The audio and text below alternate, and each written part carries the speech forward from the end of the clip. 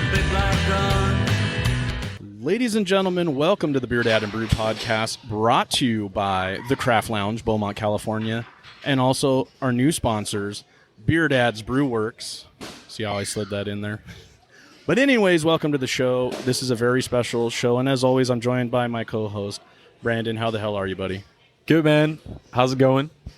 It's going good, man. We're doing good because we're somewhere special, as usually we are. But I don't know, where are we? We're in a place. We've been to the county before. I don't think we've actually ever done a show in this city. Correct. But we're at a really special place, and for the listeners, they're really going to appreciate this, and I hope it brings people in because this is something quite unique that not a lot of people have seen or heard of before. So tell us where we're at, Brandon. We are in Vista, California, in San Diego County, at a little place called CoLab Public House. Uh-huh.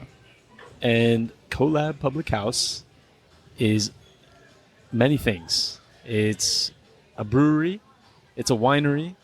It's a restaurant. It's a place where you can come and play arcade games. It's a lot of things in one.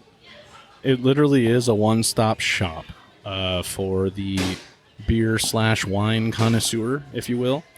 And you're right, the CoLab Public House here in Vista, California, what a cool place, because where we're at is, think of it like a food court almost, if you will, but for breweries. That's a good way to put it. So when you walk in, it's a huge open-air facility. For those of you that can remember, I believe this was Indian Joe's Brewing Company back in the day.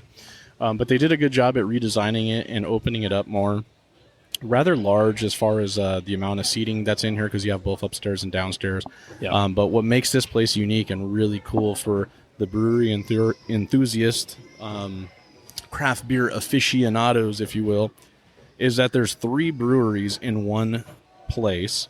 And not only are there 3 breweries, but there's also a winery, which we're actually going to be joined by somebody from the winery, Propaganda Wine Company. Yes. But you have Breakwater Brewing, you have Barrel and Stave, and you have Laguna Beer Company all on site. And then, not to be outdone, the food here, we'll talk about it. The Beer Wife is very fond of this place because featured here at the CoLab Public House is Baby's Badass Burgers. If you guys don't know who they are, look them up. They were featured, I believe, on Shark Tank, and they have food trucks all throughout the country, and they're huge. Whenever they show up with their food truck, you can definitely guarantee that there's going to be a line.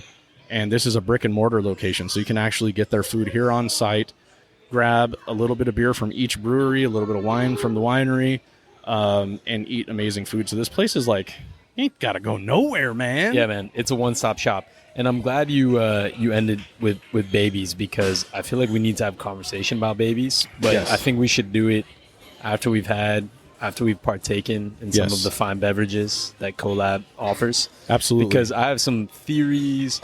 Maybe theory is not the way to put it, but like I want to talk about the concept of Baby's Badass Burgers. And yeah, I got some ideas or some theories I feel to run by you. Sounds good. Well, we're going to partake in Babies for sure, because we'll be hungry after this. But what I'm looking forward to is having a mix, because this is what's really cool about this place is you got a little bit of everything. And as we go through each one of these breweries, we're going to taste a bunch of different beers. I'm looking, it almost looks like a rainbow in front of us, and you guys will see pictures of this on the socials. But there's so many different styles of beers offered by all the breweries here at CoLab Public House. It's a tongue twister, huh? And I think each individual brewery specializes in different things. Like, I know I was talking to Joe from Propaganda, and he was kind of giving me a description of each one, and I'm pretty familiar with a couple of these guys. Laguna's kind of different because, they're I believe Rancho Santa Margarita, where their original OG location is. But they like to do a lot of barrel aged stuff, and I know that's up your alley. But if you look back there, you'll see the barrels sitting there. And then Breakwater, I believe Oceanside based, and a lot of rippers, man. Their beers are up the BeerDad's alley, through his heart, right? And then Barrel and Stave is, man, they're just different, and they're going to have stouts, and they're going to have crazy. So that's what the beer tender told me. And And I trusted each beer tender, and you went up to Laguna, and I went to Breakwater and Barrel and Stave, and we basically said, let's get a little bit of your best beers, right? And I'm looking at them, and there's so many different varieties here. I mean, for God's sakes, there's something blue in one of the flights. There's something peach. Would you call that peach colored or? Yeah, peach apricot. Apricot colored. Okay, so we'll find out what that is. But yeah, I'm stoked to give it all a whirl, and I don't know. We'll just dive in. I mean, yeah, let's do it. Yeah. I don't see why not. So when I came in, because I got in a little bit earlier than you did, I had to, of course, grab a beer while I waited, and I had a beach ring from Laguna Brewing, and it was really good, man. It's like peach ring, you know, that's kind of like the vibe they're going for. It did have that like peach ringiness, but also like very dank and hoppy. Yeah. Yeah, it was a good beer. I think we have that in our flight, so you'll get to sample it as well. But it was a good way to kick off my first CoLab Public House experience. Yeah, awesome. Well, let's we'll dive in with the first here. So cool. Gonna go ahead and dive right into some Breakwater brewing. So, I mean, the very first thing that jumps out to me with looking at this. Almost rainbow-like flight that we see. Looks like we got an IPA, a brown ale, a mead. That'll be interesting. We're going to have wine later, so we've got some honey wine, if you will. Yeah. And then a pale ale. So the very first one that I see here is DMJ IPA. So I'll go ahead and take the first taste here. One sip. Everybody knows the rules. Okay. That's a good IPA. Here's my thoughts on this. You're gonna get and I'll let you decide for yourself here. Okay. But you're gonna get on the aroma. You're gonna get some nice floral notes, and you're gonna feel like that. But between the aroma and that first initial take, it's gonna be like, man, this is gonna be a heavy hitter. It's powerful, but then it rinses really clean. It's kind of cool. I don't have any problems with that. None. There's something interesting about the aftertaste, like after that rinse clean effect that you talk about. It's got like, this is gonna sound weird. It's like a candy or like a taffy kind of taste to it at the end. Ooh, that's good, and that's got to be one of the hops that's in there. We don't know the hops that are in there, right? I mean, you want to take any guesses? That's a good question. I'm going to guess Amarillo? Okay. Maybe. Okay. We're going to find out right now. This one is... There's a beer that... I don't know. I want to say this one really, really reminds me of, and I'm trying to put my nose on it, my taste on it. And I hate to go back to the old Stony, but it kind of tastes a little bit like a Stone Delicious IPA.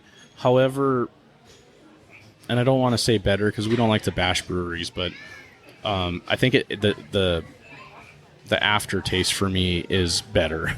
Yeah. How about you? Yeah. I mean, with Stone, you're always going to get that like crazy hop blowout, you know, at the end. Whereas with this, there's like a little more. It's a little subtler. Yeah. Than you would get in your Stone Delicious. But yeah, it's good. I know. I was trying to kind of look it up too. I couldn't find it. Did you find the hops on this one? I don't see it. I'm looking on Untappd to look up the hops. I looked as They're well. probably. Did you look up on the board up there? I did. I can't. It's far away. Can't see it. We'll have to. Yeah, unfortunately, after. the owner was supposed to join us, and he actually just texted me and said that he is out of town with bad cell phone reception. But if you have any questions, we can text him. But I told him his beer tender, very nice. She took care of us, so we're good to go. But this IPA is good. I'm not gonna lie. It's for those of you that don't like IPAs. Or IPAs are too heavy for you. I don't know if you agree with this, but it would be something that you could probably drink and enjoy. Totally. Yeah. It's an easy sipper. It's not. Can't see it killing anybody's vibe. Yeah, it's nice. It's kind of got that brute kind of dryness to it, and That's it's a good. Yeah. I think it's very flavorful. The aroma on it's what really kicks its ass because, I'm smell it again here. It really, really smells amazing. And like I said, that might, for some beer drinkers, that might be intimidating. That first kind of peck on the sniffer there, but I like it. I don't have any complaints. How about you? No. Have you ever been to Breakwater's main location? I have not. Okay. This is the only, other than having somebody slip me like a crowler or something that they brought from, I believe my brother might have at some kind of share or something, brought something from Breakwater, but I've only been here at the CoLab Public House. In fact, we were talking about him. Shout out to Isaac, formerly beer tender here, who might be coming back, I hear. Great dude. Surfer. He makes his own surfboards. Really cool guy. Oh, wow. In fact, he has the honor of saying he is one of the very first people in San Diego County to try the pilot batch of Dad Bod beer from BeerDad's Brewworks. Damn. So, cool dude. Okay. So, in fact, the beer tender working tonight is his girlfriend. So, she may or may not be wearing a Dad Bod shirt right now. I don't know. We might see her later on some videos. But, yeah. Definitely a cool brewery. I mean, if you think about it, think of branding, marketing. You're in the city of, technically Oceanside, and here we are in Vista, but we're still San Diego County, and you've got Breakwater Brewing. Their theme, their logo's got the ocean and the waves, and you can't really beat that for this area. So they did a really good job, and all their beers are great. I've had them before, and actually, I see the next. I believe I've had this before, but the next three, I could tell you 100%. Without, I take that back. I see Cali Kush on the end. That's one of their cores, and I've had that before, and it's really good. It's a good pale ale if you like pale ales. All right. In fact, why don't you go ahead and dive into that? Okay, this guy right here. Yeah. Okay, Cali Kush Pale Ale. This is one of their core beers, really popular amongst the locals, but one of my favorites that I've had here at Breakwater. Okay.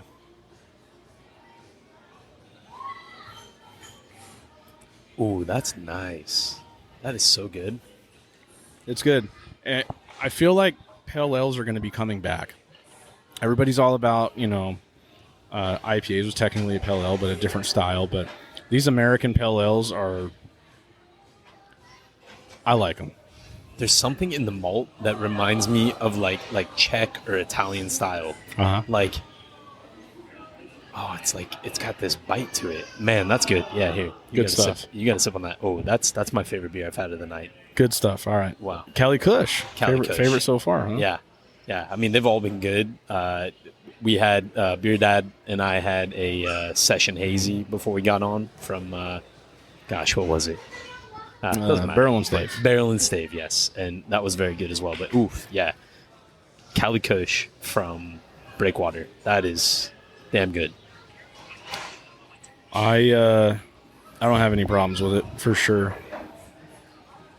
I just took I took a sip of that Cali Kush, and in comparison to the DMJ IPA, I will say the Cali Kush for me is a better beer, but both beers very solid. So Yes. So far Breakwater is doing a good job.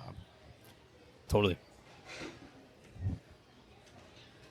Now I'm looking at the rest of the lineup here from Breakwater, and I'm excited because I see a brown ale that looks like it's teetering towar's a porter.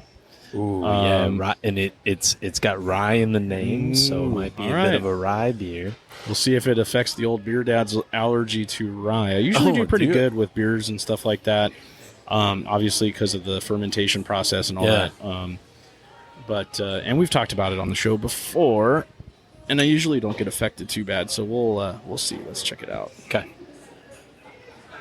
Oh man, wait till you get the aroma on Good this, aroma. Dude. Okay, yeah, it's nuts, dude. Because Cali Kush didn't have much of an aroma, but I mean,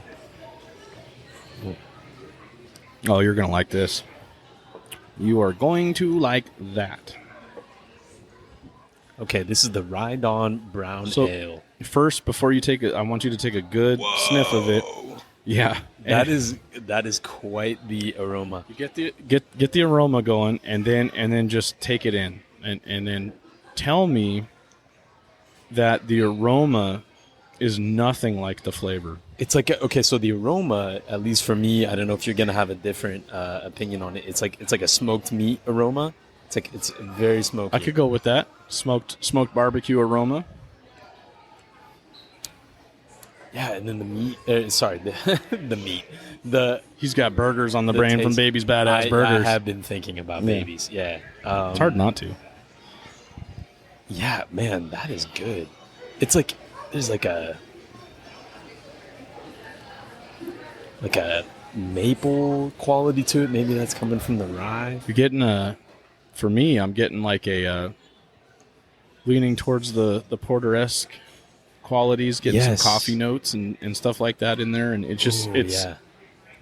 what I like about it is it's not super heavy. Like it rinses clean. It's flavorful. It's robust. You'll like that one. That's a little coffee terminology. That was for your lady. Wow, Robust. Yeah, but dude, that's good beer. That's really good, man.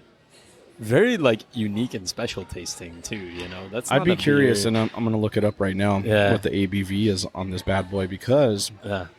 it's very light for me, and I think that I don't know. Maybe looks can be or taste can be deceiving. We're going to find out right now. So this is called the Rye Down Brown Ale. Yeah, or Rye Dawn. Rye Dawn. All right. Rye Dawn Brown Ale. So for those of you that are inquiring, the BeerDad is not by any means a fan of Untapped. I really dislike Untapped. And you know, I'm sure there's people that love it. I know my brother loves it. But I'm not a big fan. But what I do like about Untapped is I can get descriptions, I can get, information on a certain beer, and this is what I want. All I wanted was the ABV. I care less what anybody else has to say about it. It does have a very good rating, though. 3.78 on Untapped. For those of you that don't know Untapped, that's pretty damn good. But yeah, 6.8%. I knew that was the case because I could feel it in the back end, like starting to sweat a little bit. Yeah, yeah. It's But like as got a far as like stronger- drinking it, I'm like, dude, I could pound a 16 ounce of that and be like, I'm ready for more. And then I'd be like, wait a minute, it's a little stronger than your average beer because it does. I think this is one of those beers that you'll start drinking, it'll creep up on you, but in a good way. It reminds me of a subtler version of the Big Meat, which is a beer from Enegren, which obviously is like way, way more on like the smoked meat, full tilt boogie. Yeah. It feels like you're drinking like ham, Yeah. basically. That was one of Josh's favorite beers there, and I liked it, but it was one of those that I had to do in small doses. Yes. However, with that being said, when he made chili with it, it came out amazing. Okay. Yeah, highly recommended. So he put that in the chili. Yeah, you throw all your junk in the crock pot, and in lieu of water, you use the Big Meat. And let me tell you, that was one of the best chilies I've ever had. Yeah, I mean, just saying that, it's what's the ingredients. Oh yeah, I threw my big can of my Big Meat in there, and So then when your buddy's tasting it, you can quite literally say, "What do you think of my Big Meat?" yeah, and it wouldn't be inaccurate, when they get offended and say, "Whoa, this is a family event." You Yes, say, no, yes, no. I'm just asking. No, you literally, an here's the accurate can. question. It's Big Meat. I swear. My bad. Dude, I really love like business concepts like this, where it's like the shared space. There's a really cool one I want to shout out. It's called the Funk Zone in Santa Barbara. Okay. Very similar to where we're at now. Yeah. So there's a Topa Topa in there. I don't know if you've heard of Topa Topa. I have had some Topa Topa beers. They are proudly carried at the Craft Lounge in Beaumont, California. Okay. All right. Well, Craft Lounge is a place with good taste, so of course they have Topa Topa. And then they have like some really good food joints in there. There's a a winery in there, and then there's a really cool bottle shop and tap room in there. Yeah. It's called Llama Dog. Okay. And they always have like the best Central Coast beers, like from all the great Central Coast breweries on tap in there. So yeah, anybody that's in Santa Barbara, they know it. Yeah, it's a good. If you're passing through, it's a good spot. The Funk Zone. Okay. Yeah. It sounds similar too, so we'll shout out another one. It's called the Food Lab in Riverside. Ooh, okay. And we like to shout them out for several reasons. One, it is essentially what we described a lot of. It's mainly heavily focused on the food. However, with that being said, there is a really cool spot in there called the Beer Farm. And that sounds familiar. Beer Farm is a close family and friends of ours to the BeerDad and Brew podcast. Shout out to the Beer Farm because they are proudly a place where you can, at any given time, find BeerDad's Brew Works either on tap or in a can. Oh, damn. Okay. But what's really cool about that place, so you have the Beer Farm. There's also a bar there that has like cocktails and stuff like that. And Beer Farm focuses on the beer. And then right next to them is, I can't think of the name, but it's a bar that'll do mixed drinks and stuff. But in there, the food in there is insane. There's like Thai food. There's a hot chicken place. Oh, yeah. And then what's really popular there, although I still haven't tried it, someone's going to have to force me. It looks amazing, but it's Monty's Good Burger, which is one of Travis Barker's kind of co-owned place. Oh, shit. Okay. You heard of it? It's an all-vegan burger place. Okay. All right. So think of In-N-Out Burger with like the milkshakes, the fries, and the burgers, but obviously there's no meat involved in anything there. Okay. And it's all, even their milkshakes are vegan. Wow. Yeah, so everything looks insane and looks good, and I've heard people tell me it's great, but I'm one of those types of people that I love the meats. I'm with you on that. And so it's hard for me to look at something and say, man, that looks like a damn good burger, and we're going to have one at Baby's Badass Burgers for sure. Oh, yes. But to look at it and be like, that's not meat. I don't know if I can eat that. So one of these days, I'm sure Nate from the Beer Farm, when I come visit, he might take me over there and I might be forced into trying it. I'll give it a shot. I'm not going to, obviously, you know me, I won't say no to food. Yeah. But I almost feel like I'm being cheated when they tell me, here, have a burger, and it's not real meat. Look, man, I love eating meat. I've ate meat my whole life. And I have respect for vegans, people who don't like meat or don't want to do whatever meat. the hell you want. I don't care. But I've never met, and again, I'm not trying to diss anybody. It's just an observation. I've never met a healthy-looking vegan. They always have like this yellow tint to their skin. I love it. They're like, they kind of there's like this kind of like, oh, I don't eat meat. Yeah. I don't eat. And again, I'm not trying to talk shit. Like, I respect if that's what you're doing, for your health or whatever, your preference. I think you got to have some, and we know that like sometimes overuse of red meat can probably be bad for you, but sure.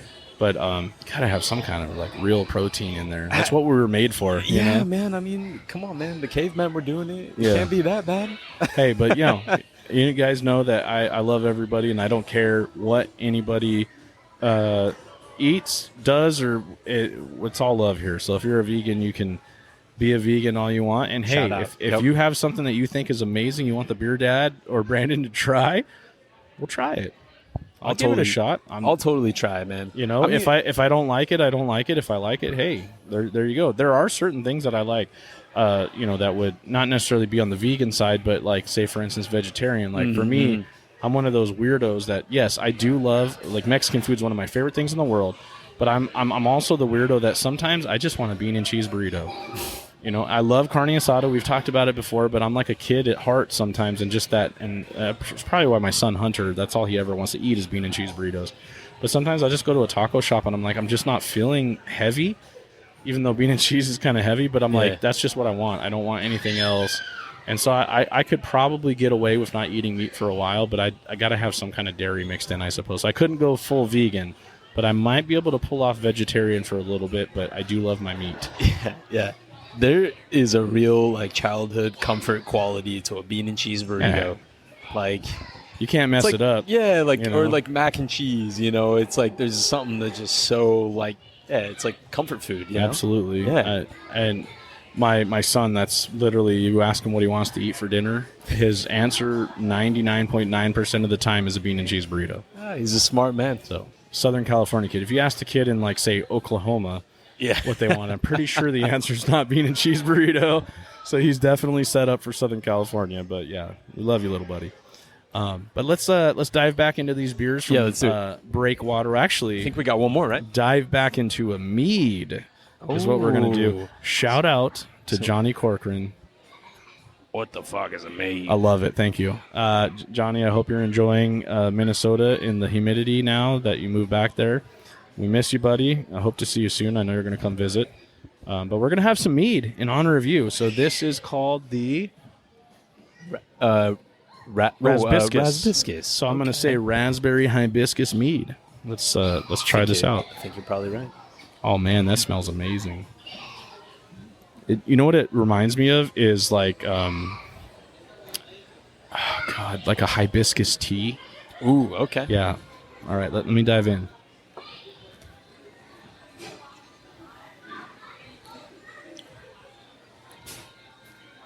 I get everything that's described here. So if there is indeed raspberry and hibiscus, I taste it.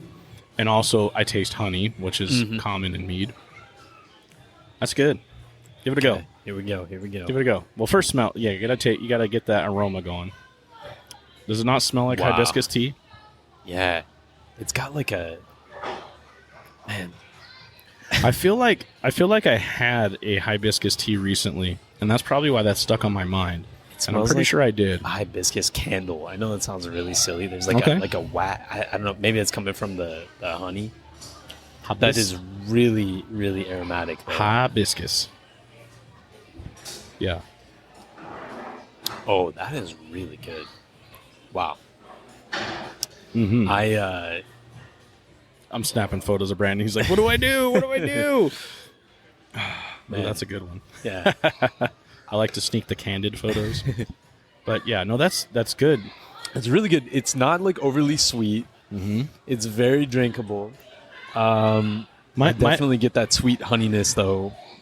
My thing with meads that I can say is that, like you said, not that sweet. Some of the meads can be super, super sweet, and some of the meads can be overpowering. And this one is not it. It's pleasant. It doesn't linger. It doesn't lean. So I've had I take that back. So I've had, I don't like to use the word professional, but meaderies. I've had several from meaderies, and then I've also had several what you would consider like homebrew meads. And sometimes you can get that really, really thick honey stain on your tongue. This one rinses clean, very much like a beer or almost like a champagne, like a brut champagne.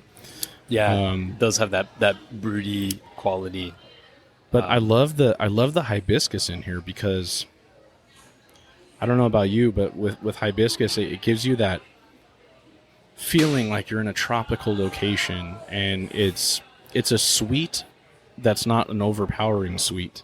I've always gotten that with anything and I just mentioned it, the hibiscus tea. I swear I just had a hibiscus tea, and I really enjoyed it because it was one of those teas that is not sweet. It's like an unsweetened iced tea, but it had a hibiscus in it, and it was like super it drew you in. You didn't need sugar in it, but it still had a slight sweetness to it. But it says 0 sugar, and I want to say I had it somewhere like in LA or something like that. But it was just the iced tea, and it was super good. And my wife's like the iced tea connoisseur, and so she really digs stuff like that. Like her favorite is, believe it or not, of all places, Panda Express has a tropical iced tea. Oh yeah, okay. And I'm willing to bet they use hibiscus in that. It's like hibiscus, mango, pineapple, but just an unsweetened tropical flavored tea. And I feel like this is right up on par with that. This is really good and this is something that I have to think about for my brewery. Sometimes you have to have a product that is for somebody that's not the beer drinker. And that's great. So you can bring somebody in that loves mead or loves wine, and they might dig this, or someone like my wife who likes tropical flavored things. But even the beer drinker might enjoy something like this as like what we're doing here. We have flights, right? So maybe something like in between your hoppy beers, have something refreshing to clear your palate. It's good. Yeah, no, totally. I appreciate mead. I have a like a mixed relationship with mead. I know a lot of brewers start out, with mead or cider because, it's easier to kind of brew in cider or mead, and it's a good way to like own the craft of brewing. Cider in particular can be a little more expensive just because apples or, apple juice can tend to be a little more expensive in terms of overhead when it comes to brewing. Yeah. But, I love going to meaderies. There's a meadery that I've been to, that I go to frequently in Carpinteria, California. It's called the Apiary. And they're a meadery and a cidery, and it's really crazy some of the stuff that they come up with. Yeah. And they brew and serve in the winter. They serve like hot mead. Okay. And I kind of like the Viking style, right? Yeah, you feel legit like a Viking. Yeah, and like Viking's blood. Yeah, exactly. Yeah, it's cool. And they have like live music like in the winter, and like you just like huddle up and you're just like sitting out in like the cold near the beach, and you're like drinking hot mead and like listening to like super like hippy dippy music and stuff. And thank you. And it's a cool spot. That's kind of like honed my appreciation for mead out there. But yeah, I feel like it's kind of making a comeback or becoming like, it's getting big. Yeah. I can tell you, like out in my area, there's a couple really good meaderies. Chubby Cheeks Meadery, shout them out, Temecula, California, and Batch Mead. I don't know if they're Temecula or Myriad. I want to say they're still Temecula. And I've had both. Very, very good. And of course, Nectorious Mead in Florida is huge. They do a lot of fruited adjunct meads, and they're very popular here on the West Coast, even though they're back east. And Superstition Meadery out in Arizona is probably one of the most popular. They've done some collabs with Jeremiah at King's and stuff like that. That's cool. Their bottles are pretty pricey, but people love them. And was it a mead that they brewed with King's? So they did a Frosé here, and then they did a collab back at their place that was a mead. Okay. And I've had the mead actually, and it was stupid. It was like a Frosé mead, like if you can imagine what that would be like. I have a Yeah, it was stupid good. It was stupid good. They did a good job. So mead is definitely, like you say, starting to become more prevalent. People love it. And I'm pretty sure we'll probably do a show soon with Chubby Cheeks or Batch Mead or both. Yeah, that'd be awesome. Just to mix it up. We like to. We've done an episode with a winery. Shout out to Thin Vine Wines. Yes. John, I know you're listening. And we're actually going to have a winery on this episode, so stay tuned because we're going to sit down with Joe from Propaganda Wine. He already placed some really lovely stemware here. Beautiful. I honestly, I'm not going to grab that glass unless my pinky is up. I've got to have pinkies up. You got to have your pinky up with this glass. I think it's going to be fun. He's gonna share some of their wines and talk about wine with us as we mix through these beers. So we're going to pile. Well, I don't want to say pile drive, but just power through these beers. So let's keep going. Yeah. Should I finish the Cali Kush? You want? No, go ahead. Finish the Cali Kush. I just took a last little sip of that. If I have to. I just want to, before we move on to the next brewery, I just want to shout out Breakwater Brewing. You can find them in Oceanside, 101 North Coast Highway, or you can find them here at CoLab Public House. They do a great job of brewing and doing things here in North County, San Diego, and I just want to shout them out. And you got to come and try their beers. Every beer that we had was damn good. I'm going to say for the BeerDad, for the whole entire flight, what we had an IPA, we had a brown ale, we had a mead, and we had a pale ale. I want to say for me, and this is going to sound crazy, I'm going to say the brown ale was my highlight of the flight. Not to give Cali Kush any shade, because that's a core beer of theirs that's really good. I know you liked it, but that brown ale was it was a lot for me. It was like I told you, I was like, man, I could down this, and then oh wow, 6.8%. Totally. Really good beer. So they did a good job. So shout out Breakwater Brewing here at the CoLab Public House. Yeah, totally, man. Yeah, for me, I got to go with the Cali Kush. That was just an incredible beer. But yeah, special mention was that Ride On. Really, really special. Nice. Interesting beer. All four, or I should say all three of the beers and the mead were great. But yeah, those two in particular, the Cali Kush and the rides on really, really good.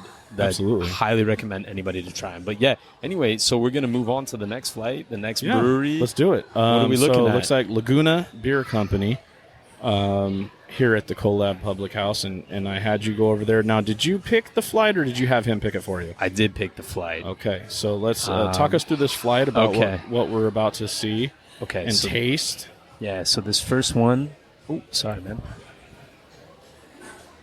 So this first one is a Kolsch. Okay. Tropic Kolsch. I don't know much about it, but I thought that might be a good place to start, and then we kind of move up in the ABV realm as we go down the flight. But yeah, if you want to kick it off. Let's do it. So I'm just a shout out to Laguna Beach, not Laguna Beach, Laguna Beer Company. They are located here at the CoLab Public House. And like I said, what's really cool about this place is you literally can get a flight from 3 different breweries all in one spot. I mean, how can you beat that? That's just amazing. And, each flight is just colorful and vibrant. I really think that everyone's going to enjoy this. Totally. And like the cool thing too about the flights and kind of what you and I are doing, it's not just beer in our flights. Like we had mead show up in the flight. Yeah. I think, hey, spoiler alert, it looks like there's a seltzer coming up.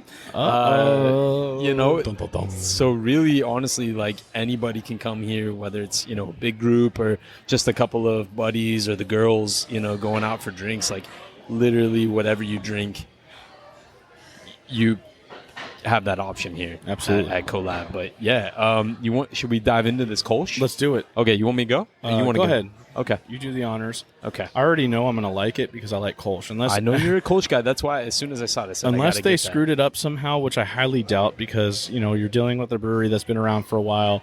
And shout out to Laguna Beer. That is very interesting. So I'm assuming they put tropic in the name because there is a tropical vibe to it. Okay. They a little. What do you get? It's Pineapple, guava. What are you tasting here?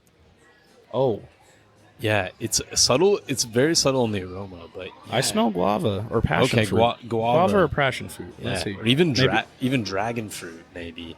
Or pog, passion fruit, orange guava. Yeah. Shout out to the pog. That's different. I get the crispness of a Kolsch. I love Kolsch. In fact, Dad bought almost was a Kolsch and decided to change it to a blonde last minute. Because Kolsch's, I believe, are coming back. It's like a lawnmower beer. And this is no different. On the aroma on it, it definitely smells super tropical. I'm having a hard time with it. It's not that it's a bad beer. And I don't want Laguna Beer Company to take this in the wrong way. But for me, I don't know. I guess maybe my BeerDadness is taking over, and I feel like, I don't know, Kolsch is like nothing to be effed with, I guess, is where I'm going with. Yeah. And I don't want to knock it because it's not a bad beer. I think if somebody that likes that pog flavor or guava or passion fruit will probably enjoy it. I don't know. I just feel like Kolsch has got to be that crispy boy that you want. That lawnmower crispy boy. I don't know if I would put any fruit adjuncts in it. Yeah, I appreciate them going for it, though. No, absolutely, because there's going to be somebody that's going to really love it, and I don't hate it. I don't hate it. It's very crushable. It's very summery, but yeah, I'm with you. I don't know if Kolsch was like the right. And it could be. And now after my second taste, it's kind of growing on me. It kind of is growing on me, but I still feel like, I don't know. I'm such a traditionalist when it comes to Kolsch. Like, I like that. I'll tell you right now, and I don't like to blow smoke, but Marcus, if you're listening from Baba Brew House, probably makes the best Kolsch I've ever had. Oh, wow. Okay. And that's like their shift beer. It's kind of like their joke because, Baba Brew House makes crazy shit. Yeah, right? yeah. Marcus gets down. He's a thing. mad scientist. But when I had his Kolsch, and maybe because it was hot as freaking hell in Texas, and it shouldn't have been because it was April when we were there, but his Kolsch just went down so good. It was crispy. It had that oomph behind it with the lightness, and you could just crush it. And yeah, that's what I'm looking for in a Kolsch. And I've actually thought about it for my tap room, getting a Kolsch going. and doing like Kolsch service. I'm not sure if you're familiar with Kolsch service. No. But Kolsch service is kind of like, think Brazilian steakhouse for beer. So basically what you do is they keep repouring your Kolsch. And then when you're done, you put a little coaster on top of your glass and they stop, and then they ring you out for how many glasses you have. You don't ever have to ask. They see your glass like almost empty, they pour you a new one. And you just keep going. It's really cool that, they do it in Europe. Solaris was doing it for a while. I'm not sure if they're still doing it. I know Green Cheek, the one by the beach, they do it. I would actually love to do, maybe this is a future episode, but I would love to do a Kolsch service episode. I think that'd be cool to see how many Kolsches we can get down before we're just so inebriated that we cannot continue the show anymore. Okay, let's do it. Who's the squad? Because we need to go. We got to bring go with more. the deep squad. We got to bring more. I'm pretty sure if we can find Brandon Gray, he'd be down for that. Brandon Gray on the team. Yeah, for we sure. got to have Brandon squared back together. Yep. I think it'd be fun to bring maybe Joe from Oscar's Brewing, the head brewer over there. Okay. I know he can appreciate a good Kolsch service. Maybe one of the Solaris boys. Maybe we can get one of the Solaris boys to join us and just partake. I think it'd be a fun episode. We obviously are going to have to find some kind of place to stay nearby because we ain't driving. Very close. Very close by. But, I love Kolsch. Kolsch service is really cool. It's a lot of fun. Most breweries should consider it. I know there's a market for it, and it's definitely something I'm considering for our tap room because it brings people in, right? So it's a marketing thing, from a marketing standpoint and sales standpoint, that's what you want. Kolsch is when you say the word Kolsch to maybe not the beer aficionados or the people from the craft beer world, they might think, no, that sounds like it's not going to be very good. Right? And these are people that are drinking, Modelo and we won't say the BUD name here on the BeerDad and Brew podcast, but anything from InBev. But those types of beer drinkers will love Kolsch if they, it's one of those things like my wife. She absolutely loves blue cheese dressing, and I do too. It's like my favorite dressing on salad. And we used to go to, they're not around. There's a couple like very far and few between, Johnny Carino's. They had the most amazing blue cheese dressing. Like anybody would love it. However, it was made with goat cheese. Oh, she didn't know that. The minute she found out, and this is the woman that would sit there and literally dip her freaking bread in this damn blue cheese. The minute she found out it was goat cheese that was in there, she wouldn't eat it anymore. Damn. So I feel like with beer drinkers, you tell them, we're going to have some Kolsch. They look at you like, that sounds fancy and I ain't going to like it. Right? And I don't know. I feel funny about it. But I think if you expose Kolsch service to more beer drinkers, I think they will catch on and be like, hey, you know what? I actually like that. It's a German-style beer, European style. If it's done right, it's super crisp. It's super refreshing. Yeah, and crushable, man. I mean, there's a reason why they're able to pour so many glasses. Because it's a lower ABV. The last Kolsch that I had that was amazing was like 3.9%. There you go. Like a table beer. Yeah. Yeah, drink 20 of them and you're not, and it's like drinking 5 beers. Right. But you can enjoy yourself amongst friends, and we're going to do that on a future episode. That sounds like a great idea for an episode. Yeah. See what happens when you're drinking? You come up with these great ideas. But Laguna Beer Company, this is a good Kolsch, and like I said, I'm not throwing shade. I just I don't know. I'm not the hugest fan of putting fruit in my Kolsch, but it is refreshing and it's still good. So, kudos.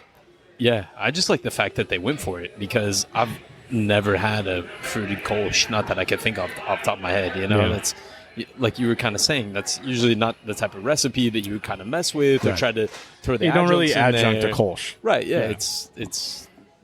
But so, hey, respect to them for trying it. They pulled it off, and I'll bet it's popular with somebody that's like maybe not the traditional beer drinker. So what's next on here? Okay, so this next one is. Hang on. Oh, Beach Rings. So this is the beer that I had when I came in. It's an IPA, and even though it's called Beach Rings, it's got like a peach ring, the candy, like your sour peach ring candy vibe. I'm looking at this flight, and I would think the next one would be called Beach Rings, but this is, to me, if I'm just looking at color, I'm thinking maybe a pale ale, maybe an IPA. You know, I'm definitely not thinking peach rings. Right. To begin with. So let's see. Yeah, and it's But it smells like peach rings. It's peachy. Yeah.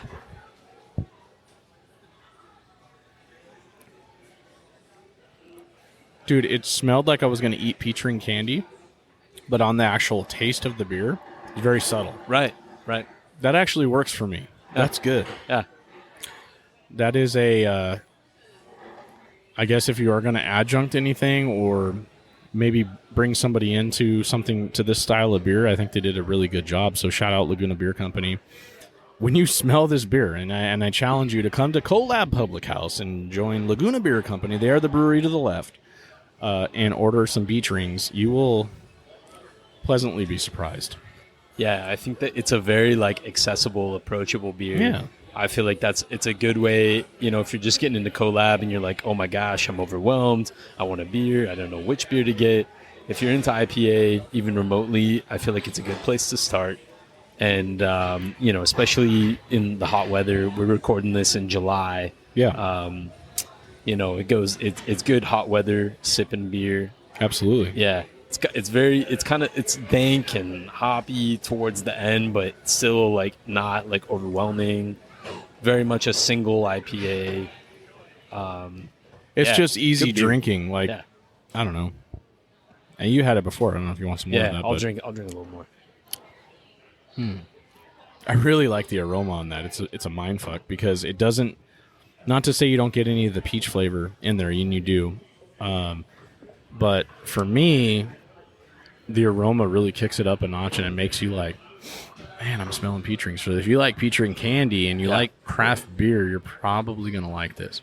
And I don't want your expectations to be up and think that it's going to be 100% peach ring flavored, because that's not what we're dealing with here. We're dealing with beer. It's not like a heavily fruited sour or anything like that, but it smells like peach rings and it tastes like beer with a subtle hint of peach. Right. Which I think is the key. And we can get into the next one too. And what's really cool about it too is like with any like stone fruit, for those of you that like the term stone fruit, you're welcome. And stone fruit being a pitted fruit. Oh, it's not a fruit that's grown by Stone Brewing? No. Oh, okay, got it. I love it. Brandon almost had a dad joke right there. That's pretty good. But yeah, with stone fruit, usually you have more of a dry, not overly sweet fruit. Sometimes peaches can borderline on the sweeter side. It depends on how you let them ripen. But if you eat them, for me, a peach, I like a peach more on the just before ripened flavor, where you get that tartness. That's what I love about peach, especially if someone makes a peach pie and the peaches that they use aren't the mushy, really sweet peaches, but they have that tartness. I like that bite. Yeah. That's what I like about peaches, and sometimes I feel like I lean more towards nectarines than peaches because they have that more tanginess to them. And I don't know, everyone's got their own taste, but I feel like stone fruit is the perfect complement to any beer. Totally. It always comes across great. I would prefer nectarines over peaches. Apricots are really good too. I can remember there's a brewery no longer in business. Shout out to Wiens Brewing there in Temecula, associated to the winery, the Wiens family winery. That's still in business. Okay. But they made a apricot wit that was stupid. Oh man, it was so good. It was everything for me. But stone fruit, I feel like, is a really good adjunct to use in a beer. And hell, there's some hops that have stone fruit qualities that you can pull out. Right. And there's a lot actually. I feel. Yeah. I think it's becoming very popular. Yeah, it's good. So for me, the first two beers from Laguna Beer, this one for me is night and day difference. And I don't want to knock the Kolsch again. I don't like to talk bad about any beers usually on this show. There's been like once in the history of the BeerDad and Brewed podcast, we do a good job at procuring decent beers and going to good places. Sure. There's been like one in the whole entire history where I was like, yeah, that's not it for me. And the Kolsch, that's not it. Like it was good. Yeah. It was just, I feel like with Kolsch, I don't want to mess with it. But this beer, adjunct it, it's fine. I love the flavor. I love the dryness of it. Yeah, they did a good job. So this is, sure. And I almost feel like I'm topping my brown ale from Breakwater. I don't know, but Laguna Beer, good job on this beer. Yeah, And like we were kind of saying earlier, like I just love to see a brewery go for it, or like, you know what, man, let's mess around with the little Kolsch. Let's have some fun. So this next one, I'm excited to try it. Hefeweizen has been something I've really been into lately. Okay. I mean, I've always had an appreciation for hef, but that's kind of been like my go-to style as of late. But this is not just your standard Hefeweizen. This is a guava Hefeweizen. I could not resist. So going kind of in theme, you know, Laguna is taking sort of like our traditional... Here, I got you. Laguna's been taking kind of like our traditional... you know, our traditional styles, whether it's Kolsch or the Hefeweizen or, you know, even like the IPA and fruiting them up a little bit. That seems to be kind of like the... We're trying to take a photo here, folks. It's for the gram. All right. There we go. That's good. Yeah. So, I love the color. Yeah. It's like an apricot juice flavor. Or, excuse me, color. So that just took me back to my childhood, and this has happened a couple times on the show. Ooh, salty. I'm going to tell you something. I feel like I don't know if the guava, it's guava, right? Yeah. Yes, it's a guava Hefeweizen. I don't know if the guava overpowers it. It's a good beer, and when I say I take it back to my childhood. Do you remember Jumex? The juices? No. Yeah. So it's you find them, and they're in the grocery store. I mean, not by me. Get them at Stater Brothers or like Cardina's or whatever. But it's a juice company. Jumex. It's basically, I guess, juice, Mexican juice. I don't know why they call it Jumex. All right. Nothing to do with the Jewish faith, if I'm not mistaken. I'm not sure. It's not like Jewish Mexican. No, juice. I don't think so. Okay. I could be wrong. We'll have to research it, but. I used to get Jumex guava juice, and it was freaking amazing. Comes in a can, and really thick and fruity, if you like the flavor of guava. And that tastes, to me, like I just got, hey, you just had a can of Jumex back in the day. Yeah. Okay. I was the kid that drank Jumex and not Hanson's. Hanson's made a lot of fruit, really thick fruited juices back in the day, and for me, Jumex was my go-to. Damn, okay. But... yeah, it tastes like guava Jumex, and I feel like, I don't know, maybe I would have toned it back just a hair. Okay. Because I was wanting some banana qualities from the Hefeweizen. Oh, okay, yeah. And I think that would be a fucking awesome combination. Well, dude, I was thinking that this could almost qualify categorically as a Goja. There's like a Goja kind of quality to it, maybe. It could be maybe like almost like a sour. Again. Like, it's not Hefeweizen. Maybe a little Hefeweizen. I got to sip it again. And that's my thing. So with a really good hef, if you make a really good hef, it's a Goja to me. And we can talk about some old school Hefeweizens. And one of my favorites that I ever had in my whole entire life is when I went to Germany, and we had a trip to the Andex, which is the Holy Mountain, about an hour or so train/bus ride from Munich. But they have. A monastery, and the monks brew the beer, and the hef that I had there was the prototypical, truly the style. I mean, it tasted like carbonated banana froth. Damn. Right? It was so good. It was stupid good. And I just remember, I'm like, if I could, and now that I think about it, man, you talk about a tropical drink, you could do a traditional hef, get that really good banana flavor, throw a little guava in there, and you got yourself a little Jamba Juice going on. Yeah. Oh, yeah. That's true. Yeah. And this isn't bad because I said, like, it takes me back to my childhood, but I'm like, man, if I could just get some of those esters of the banana just a little bit more, I think this beer would be gold medal winning GABF style, Yeah. Although they sometimes are funny when it comes to adjuncts. But it's a good beer, really good beer. I'm going to tell Laguna Beer, like, if you can somehow pull out some more hef out of it, you have yourself a fucking stupid beer. For sure. But it's good. Shout out to Laguna Beer. Great job. Guava is one of those things that not a lot of people will seek out guava juice itself, but then in a beer, they're like, hey, man, this is pretty good. And this isn't any different. So if you have somebody that's not your traditional beer drinker and you want to say like, hey, try something different. Well, one, it pours different. You guys will see the picture, but it almost looks like peach juice. But they did a good job on this. For sure. Yo, Laguna is going for it tonight, man. They're doing some wild shit. They're going hard at Laguna Beer Company. You want a Kolsch? Yeah. We'll give you a Kolsch, bro. But we're not going to give you your normal ass Kolsch. Yeah, that's it's like right. with the Hefeweizen. Oh, you want a Hefeweizen? We're going to throw some guava in that shit.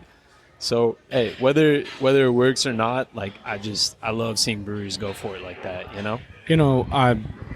Coming from, obviously we're getting BeerDad's Brewworks and trying to open a tap room, and we've got beers out there and stuff like that. You got to think about, from a business standpoint, all the people that are going to come to your tap room, all the different walks of life, and you have to have something for everybody. You got to have an IPA. You got to have a Kolsch, blonde, Pilsner, lager, something easy drinking. You got to have a stout for the weirdos, right? Like me. Like you. You got to have, everybody knows BeerDad loved his stouts. He just can't drink them anymore. Getting old sucks. It really does. But, I mean, we know we got to have the rainbow like we see here in these flights. You got to be able to have something for everybody. I mean, shit, even the blue thing that I'm looking at over there, that will probably be the last beer for me.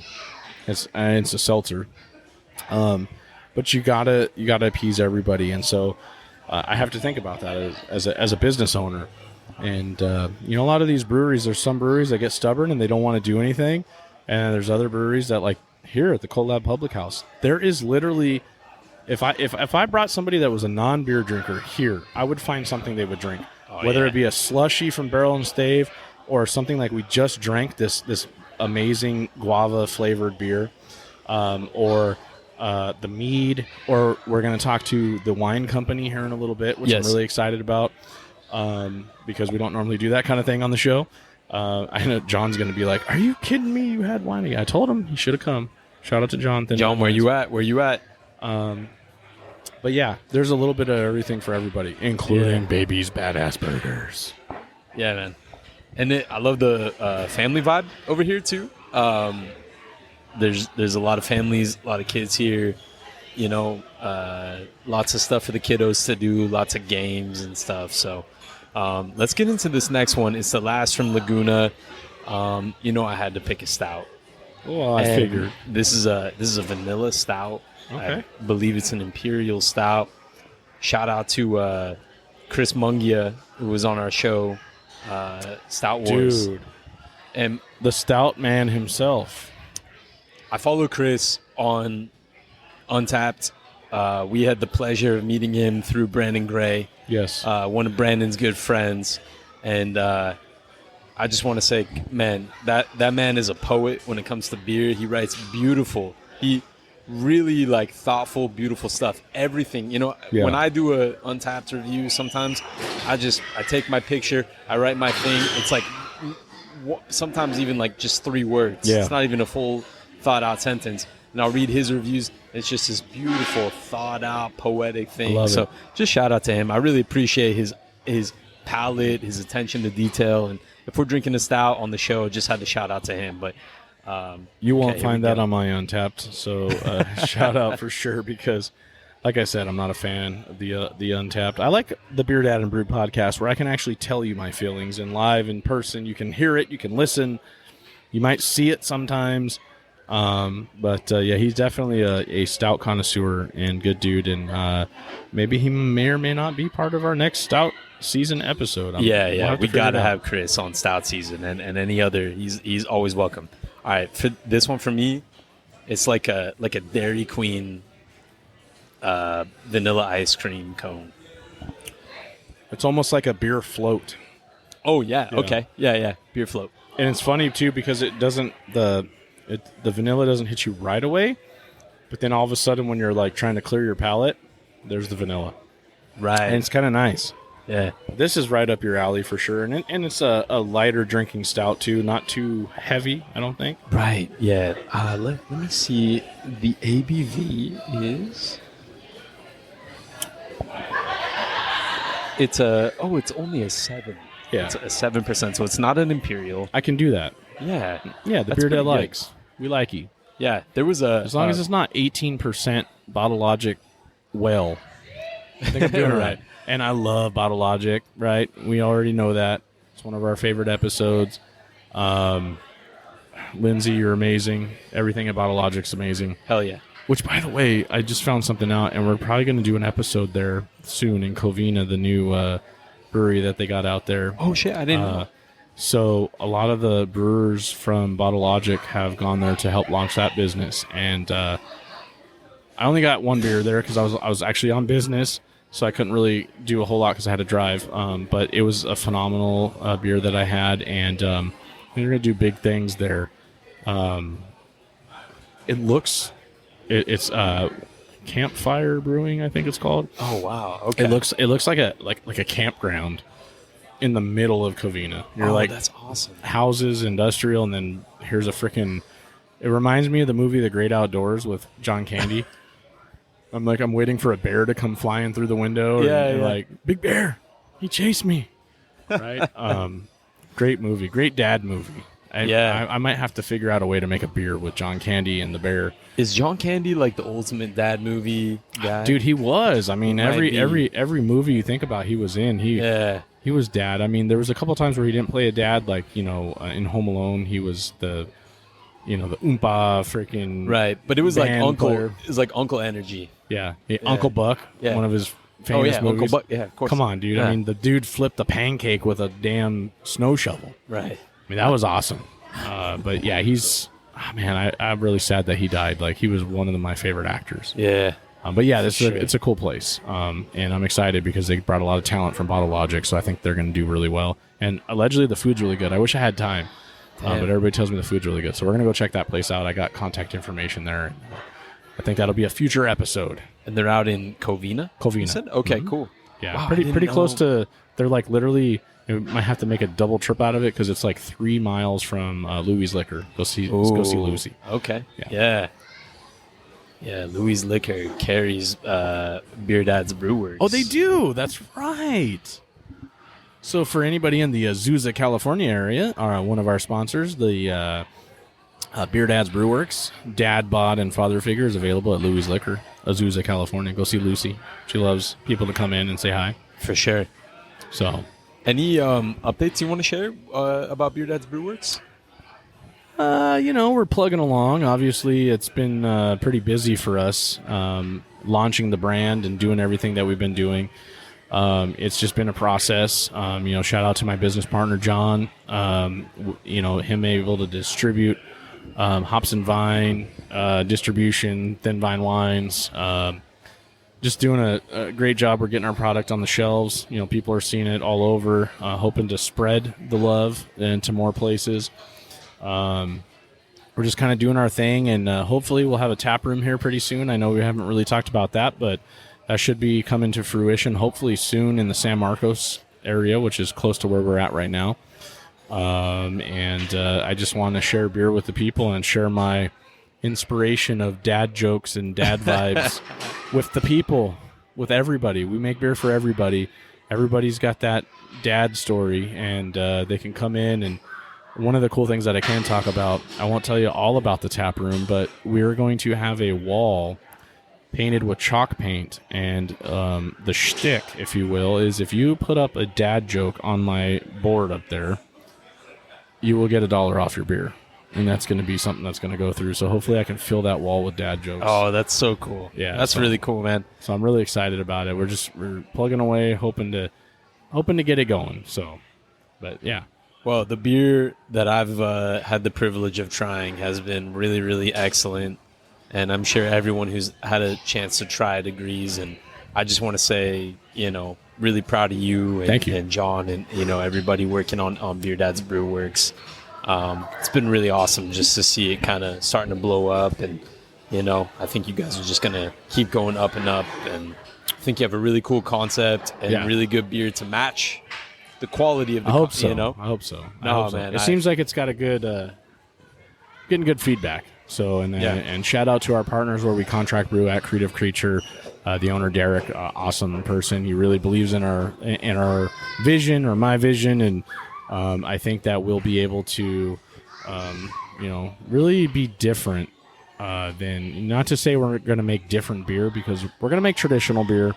We'll have some funky shit put in there every once in a while, but we're just going to be. You don't have that in the industry. I want people to be able to have a place that they can call home, like a Cheers, where they feel comfortable, because this is the goofy dad that everybody wanted, and he's going to tell you those goofy dad jokes that at the time you feel like, this is really irritating, but at the same time you're like, man, I love my dad. And I want people to feel that, like, if for somebody that maybe didn't have that dad in their life and they wanted it, you come in, we're going to treat you like family. And so I'm excited to get that tap room open. So hopefully we'll cross our fingers. City of San Marcos, if you're listening, please help us open. And shortly you'll be able to enjoy BeerDads with the BeerDad in person. But for now, you can catch us at all local Southern California retailers that we're available at. If you go to BeerDad's Brewworks on Instagram, you can find out where we're available. There's been some new places that's been carrying our products that I haven't updated on there, and more to grow, because I'm hoping to get out in your area, right? Get out in the LA, Ventura area. Yeah, and all Conejo that. Valley area. Yeah, man. We got to do that. So we'll work it. But yeah. Yeah. Let's dive into our third brewery here, because I know our wine friend at Propaganda is waiting for us. So our last brewery is going to be Barrel and Stave. And shout out to Laguna again, just as we closed out on the Laguna beers. Really good stuff. Really interesting, creative stuff. Really, I really like that hef. Almost was kind of like a Goja for me. Love that, how kind of sippable that vanilla stout was. Yeah, they all were really good. But yeah, the tropical IPA. Gosh, I'm forgetting the name. Beach Rings. So we're actually going to be joined by somebody representing Barrel and Stave as we dive into this flight, if you will. So go ahead and introduce yourself. Hey, I'm Chris Banker from Barrel and Stave Brewing. I'm director of brewing here. I run the whole brewing operation. Nice. All the back of house. Awesome. So nice to meet you. Yeah. Thanks for joining us. Thanks for joining us. We just got through some good beers. We had some beers from Breakwater and Laguna beer, and then our third flight here is from Barrel and Stave. And so you can kind of talk us through what we're about to partake in. I had the beer tender up there mix me good mix of a little bit of everything. Okay. It looks like a rainbow about what we're about to go through. So, so it looks like we have Lucky Gato. Lucky Gato. Yeah, okay. that's our Japanese style rice lager. Oh, I'm gonna we like use that. jasmine rice in it to give it a unique, like floral hint. Okay. And, yeah, love that one. It's starting to become a big seller. Nice. That's awesome. I already know I'll like it because you already know Japanese lagers are the one of my, like, between that and black lagers, that's kind of like my go-to right now, because I just like easy drinking beers, and of course at my brewery probably figure out a way to have something like that. But let's dive in. I'll let you do the honors there, Brandon. Okay. You tell me what you think. Lucky Gato. Is that this one right here? Yep. Yeah. Okay. So Lucky Gato. So so tell us a little bit about Barrel and Stave while he's trying that. So we've got a couple of bar locations. We have a location in Fullerton and here, and this is my first foray into professional brewing. Okay. You might have tried some of my beers, like the Shokoveza from Stone. Oh, wow. Okay. Yeah. Oh, wow. I love That's that beer. one of my love favorites. That beer. Yeah, so that was like what really put me on the map as a brewer. Was in 2014 I won the Stone homebrew competition. Nice. Brewed with my that gosh. one, and it was produced at Stone that year and became a big deal. Someone on the East Coast petitioned. I still want to meet that person. They petitioned to have that brought back to the next year. And it became a worldwide phenomenon. It was made in Berlin. I've had friends go to Chiang Mai, Thailand, and have it there. I've talked to people in Madagascar who have had that beer. Yeah. So it's a worldwide phenomenon. They took last year off, but I think they're planning to make it again this year. Nice. And then we make our own version that's not on tap right now called Mostravesa. If you come to the anniversary party, we'll have a special variant. Wow. Okay. Very Good nice to know, man. That's awesome. That's And a really cool congrats. story. That's awesome. Yeah. This Cheers to that. is delicious, Justin. I'm very curious to hear what you think. Yeah. Now, I wanted to do a Japanese rice lager, but I wanted it to be a little bit special, and we had access to this jasmine rice, and so we used that to give it a little bit of floral character, and then we use Sriracha Ace hops, which were bred and developed in Japan. Gives you that little lemon quality. Yep, yeah. Lemon. Yeah. That's really cool. I can really appreciate that. Obviously, most brewers do come from a home brewing background, but I like the uniqueness to this. This is really good. You mentioned Sriracha Ace, something as brewers, like when you want that lemon quality, but actually putting lemon in something. Yeah, and the Japanese heritage of it, too. Yeah. I was asked to make a Japanese rice lager because it's a big seller. I wanted to make it something special. Yeah. And so I think I accomplished that by using... It's a damn fine good beer. Yeah. Using the Sriracha Ace hops and the jasmine rice, I think it sets it apart from other Japanese lagers. Totally. Awesome. Yeah, definitely.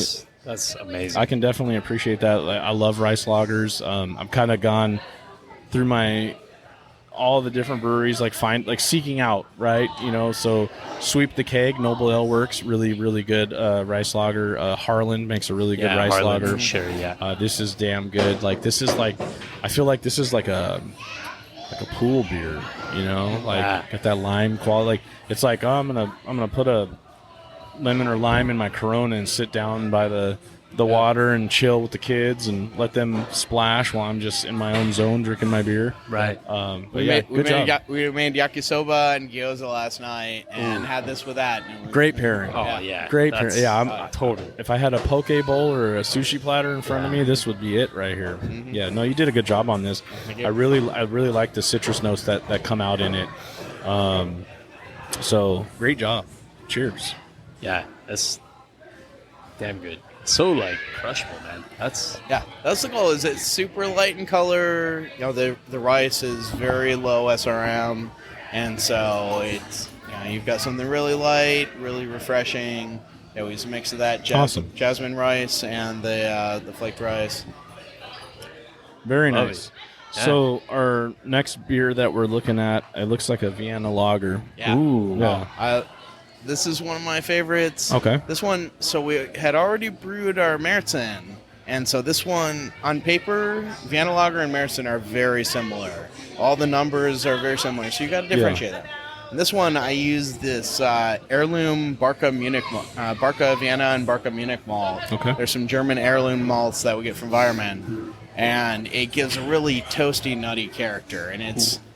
on paper, our Märzen and our Vienna are very similar. We don't have the Märzen on right now. Yeah. But, on paper, very similar. When you taste them, they're worlds apart. This is just so nutty and toasty that those heirloom malts really made a big difference. Wow. Okay. You got the nutty part right off the bat. And this is something that, when people are like, oh, man, Vienna lager, I don't know. Like, anytime you put something fancy or something in front of something, it shies people away. You got to really suck them in to just try it. Yeah. That's really good. You're gonna enjoy that. All right. I would say that for me, one of my favorite Vienna lagers is the Brooklyn lager. Do a really good job, and this is right up on par with that for sure. Yeah. I like the dryness to it. I like the nuttiness to it. Right. I could definitely crush something like this. There's like a sweet finish to it too, like a very subtle sweet finish. A little caramel. That's really good. Yeah. I think what's cool about Vienna lagers for me is you can crush them like a regular lager, but you're getting that much more flavor out of a beer than you would say just your standard blue collar beer like my dad bod beer or something like that. You know. But yeah, this definitely good job on this. Yeah. Good. Wow. Here, kill that one. All right. You don't have to tell me twice. That's really good. Are you able to tell us at all about how the CoLab concept started? Yeah, so they started this concept. The developers started this concept, and they had this idea of what if we do a food hall sort of concept, but also have a shared brew house. And so that's something that's pretty unique about this is that Breakwater and us share the brew house. And most breweries our size are not fully utilizing their brew house. They're brewing like once or twice a week, and the brew house sits vacant all the time. And so the idea is that we have one shared brew house that we use. We've got our own individual tanks. We've got our individual lab. Everything beyond the brew house is separate. But that brew house, we use it once or twice a week, and they use it once or twice a week, and we just have a shared schedule, and we make sure that we're coordinating. We've also got some economies of scale sharing the keg washer. We've got a nice 3-head keg washer that we share together. We've got this amazing digital cellar control panel that handles 16 tanks, and I can access that from my phone right now. I use it. That's awesome. I've been on vacation in Mexico. I've been on vacation in Cuba. Using that, modifying things on the brew panel, stepping down temperatures. And so we've got some nice things that we can share there, and it actually works out really well sharing the brew house as long as we play nice. Right. That's something that I'll be looking forward to here in the short future. So my brewery is coming to fruition. So I already have beers on the shelves. I do contract brewing with Creative Creature right down the street in San Alejo Hills. And we're going to be doing shared usage of the brew house. And it'll be similar to this, but not in the same house. So our tap room is going to be separated by the brew house in the same industrial building. So it's going to be one of those things where all right, what's your schedule look like? So then we can plan our schedule. And so I'm sure you're probably familiar with that. And but it works great. I love the concept, and that's kind of why Derek with Creative Creature and him and I are been talking and trying to figure something out. Is you can bring somebody in; they don't have to go anywhere. They're here. They can try beers from 3 different breweries, a winery. If someone doesn't like beer, you got a restaurant here that's amazing. It's really a really cool concept, and it's cool that you guys kind of all work together and figure it out. So. This is you guys are actually going to be celebrating a 1-year anniversary here at the CoLab Public House. Yeah, coming up in it's actually really soon till the actual 1 year. So next month, maybe. Today is actually 1 year from when we opened to the public. Okay. We're going to celebrate in August on when the winery was able to open. So we kind of did a grand opening. We had our opening to the public exactly 1 month today. Yeah. And then a month later, when the winery was able to open, we had our grand opening celebration. Right. So we're going to celebrate that. And we're going to have some special stuff. Okay. Word on the street, there might be some special beers coming for some of the breweries. Okay, something for the listeners to... maybe a special version of the Mostrevesa. Uh-oh. There you go. If you look on tap, there's one that is very highly rated that might come back. All right. I like it. Yeah, so we're going to have some cool stuff. There's going to be a lot of things going on for that. Yeah. We're going to be celebrating, making it through a year and making great stuff. It really is a cool spot, and I've talked about it before. I've visited here, prior to doing the podcast here, and I think it's a great concept because, we'll go old school in the brewing industry and where breweries were always not exactly helpful to each other. And you flash forward to, even before the pandemic, it seemed like it opened up to where everybody was all about teamwork and helping each other out. Collaboration started becoming a thing. And I witnessed it here. I've seen beer tenders go over and high five each other, and everybody's friendly here. Nobody's fighting. Hey, you don't want their beer. You got to come over here. It's all about what we just did. A flight from each brewery, or the last time I was here, I think I had 2 pints from each brewery. Yeah. And then a winery to partake in, and we're going to be joined by Joe over there as well later. It's just a cool spot. It really is. I was talking with Brandon earlier. If you really like craft beer, you got a one-stop shop, and you get a little bit of every brewery does kind of a little bit different styles of beer really well, and I think it works well. So you guys are in a great spot, and so far everything I've had that you are a part of has been really good. And we're really good. Yeah. We're gonna jump into some Mo Hayes, I think. Yeah. So Mo Hayes till Brooklyn. So we've kind of centered on a... Okay, I'm done. I feel like we need Beastie Boys music playing. I have to throw that in there. We've kind of centered on a hip-hop/rap theme for our beer naming for our IPAs. And so the West Coast IPAs get West Coast rap names, And then the East Coast IPAs get East Coast wrapped. Love it. So, That's you know, I should have cool. I should have worn my shirt. The Yeah. the West Coast. We made a shirt and we were supposed to do something with it. And we're still gonna do something with it, but it's West Coast IPA versus East Coast Hazy, and it was like a rap theme, and I think that's really cool that you guys do that here. Yeah, we've got like nothing but an IPA thing. Oh, love it. Love really it. cool. That's so cool. All right, let's straight try straight this. out of names. You know, we've got some good West Coast rap There you names, go. and then this is an East Here Coast we go. IPA. So Haze too. Oh, Beastie Boys. yeah. So the New York Beastie Boys rap theme. This was with Mosaic and Strata hops. What was the one that we had earlier? Was it this one? I can't remember.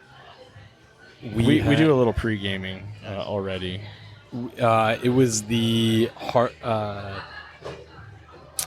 It was a Oh, the session. Vista Haze. Vista Haze. Yeah, Vista Haze. That's That- the session. That's our flagship session IPA using Vista hops, Hmm. which are not from Vista, but it was very convenient. As we were opening, they gave experimental 074 hops a name, and they happened to be Vista. Wow. And I looked at my spreadsheet of hops, and I had those, and I smelled them. They smelled amazing. So I said, "We're gonna make a hazy IPA, and we're calling it Vista Haze." Vista Haze.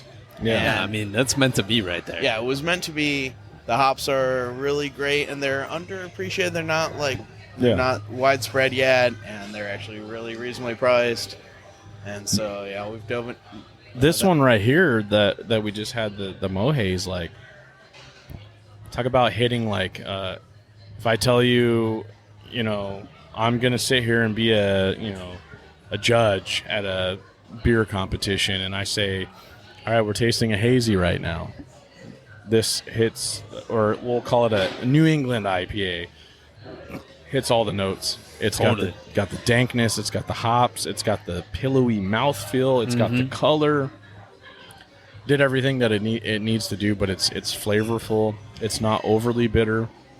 And of course, a lot of people that are like, I don't like IPAs because they're too damn bitter. Like, you try a New England style IPA, you might actually like IPAs, and that's kind of how I came to start liking IPAs. My flavor, I don't know, my taste buds changed a little bit. I started drinking hazies, and then all of a sudden I went back into West Coast, and now I'm kind of like back into I like West Coast more. I'm all over the place. Like, I feel like my taste buds change as I get older. But this as far as a New England style IPA, it hits all the notes. It's really good, totally flavorful. Aromas like super dank. Like, people are gonna like this. So Mo Hayes, good job. What's your favorite beer on tap right now? Don't tell me it's I know, the it's Skittles tough. seltzer. It's a tough choice. The beer I'm drinking at the moment, but it just depends. I really love that G Pils. It's nice, assertively hoppy German lager. Yeah. We're putting that one to Great American Beer Fest. Oh, nice. That tends to be my go-to right now. Although just depends on what mood I'm in. Are you guys going to GABF? We're not Just gonna entering. we're not gonna have a booth there, but Okay. we're putting in entries. Nice. Yeah, we were just talking about that earlier before we started the show. It's like with my beer company launching, and it's like, do I go, or it's like right in the middle of trying to get the tap room open. I'm like, I think the better choice is open the tap room first and then go next year. It's just like, it's so much. I mean, it's a big festival, and I wanted to go with the podcast, and that might still be a possibility, but but actually bringing my brewery there, it's like, right now I've got 2 beers out on market, and I'll probably try to strive for 8 to 10 for the tap room. And like, I don't know, it's a lot of work to get done in very little time. So I think it's you better. want to have a good opening. I came in hot with 12. And now we've got 16, and it's limiting. We've got some amazing beers that are not on tap right now, just because we don't have the space, and so it's a juggling act. Anytime we run out of something, we swap something new in, or pull it. Things that are still amazing beers that are off tap at the moment. The next one that's going to go is that ESB. If you haven't tried that, give that a try. ESB, okay, yeah, I had my eye on that. You just said something that struck. That's one of my one chord. of my favorites. Okay. That ESB, that notorious PUB. Okay, Definitely try that while you can, because we're on the last keg of that. And it's gone for a while after that. You heard it here first, folks. You got to get down here and try that ESB before it's out. I would love to hear like how you got into brewing. I know Zokoveza kind of helped put you on the map, but how did you have you always been passionate about beer? How did you get into beer? Yeah, that's great. That's a great story. So, back in college, a friend of mine, had a Mr. Beer kit, and we made it, and it tasted terrible. It tasted like chlorine. I don't know if he just didn't rinse the bleach out, or if we had a chlorophenolic infection, but that was terrible. That turned me off a little bit for a moment. But the first beer that really opened my eyes to craft beer was Stone IPA. And being on the East Coast, we had access to that. Stone was big enough at that point that I could get the Stone IPA, and that was like a friend shared that when I was probably 19 years old, and I was like, wow, I've never had an IPA like this. That's that aromatic. And then I had the Green Flash West Coast IPA, like back in its original form, and that was amazing too. Then moved out here and realized I was right next to Stone and Green Flash. I came out to interview, and I went to Stone, Lost Abbey, and Pizza Port while I was here. Wow. And I'm not gonna lie, that was part of why I moved out to California. Wow, that's awesome, man. Yeah, and that's great. I mean, you're in the Mecca now, and now you're killing the Hop it. Highway. Here you are. Yeah. So I moved out here, and I suddenly had a lot of income and a lot of free time, and decided I should pick up a hobby. How about brewing? So I went on Midwest Supply's website back before they were owned by AB InBev, and ordered a kit of equipment, a kit of ingredients, and made a Sierra Nevada clone. And it turned out drinkable. And I was really stoked. It was it was not terrible. Yeah. And I want to get really good. So I started brewing every week. I brewed 50 batches my first year. Wow. Yeah, I just went all in, joined Quaff and Society of Barley Engineers and North County Home Brewers, and I'm part of all those clubs still. Nice. Yeah, I'm very active in the clubs. A couple of years later, a friend introduced me to cheese making, and I started Queso Diego, the San Diego cheese making club. Oh wow! And okay, we're like a 100+ member club. Two things near and dear to my heart: beer and cheese. Yeah. Yes, sir. And two things that go quite well together as well. I wish I was better prepared and brought some cheese for you. Oh, that's okay. That's kind of you. Yeah. You should do that here. Do a beer cheese. Pairing and for sure. Yeah, we've got the. Part of our membership program is we're going to do a cheese pairing for members. Nice. Oh, that's cool. That's cool. There's a brewery out close by me in Los Angeles. They're called Celador. I don't know if you guys have heard of Celador. Yeah, I love Celador. Yeah, the brewers there are very much, they're super passionate about cheese, and they always do cheese and beer events, and yeah. All right, just take a sip. We're going in for the seltzer. I had to. So I was talking to your beer tender earlier, and there were some ladies that went up and ordered, and they ordered some of this. What is that? I always have to ask because it looks good for the IG. What? Oh, Skittles seltzer. Okay, Skittles seltzer. Okay. Go ahead. You can talk it. You can talk. Ooh, no, I'm okay with it. It's got a Mountain Dew. It's kind of a little Baja Blast. Yeah, Baja Blast. You already know I'm not the biggest seltzer fan, but that one's not that bad. For me, it's not. Here's my problem with seltzer. You probably get this, and I'm sure you've had it. There's some seltzers that taste like hand sanitizer. This one does not. Yeah. And so you did a really good job. Our base is very clean. There's a lot of small breweries that just put some sugar, mix some sugar and water, and ferment it. We do a 2-stage filtration process. Nice. We go through a sediment filter and then a carbon filter. Yeah. And the base comes out tasting like water with a splash of vodka. There you go. And so our base is very clean. We do a number of things off the base. This is a tropical Skittles seltzer.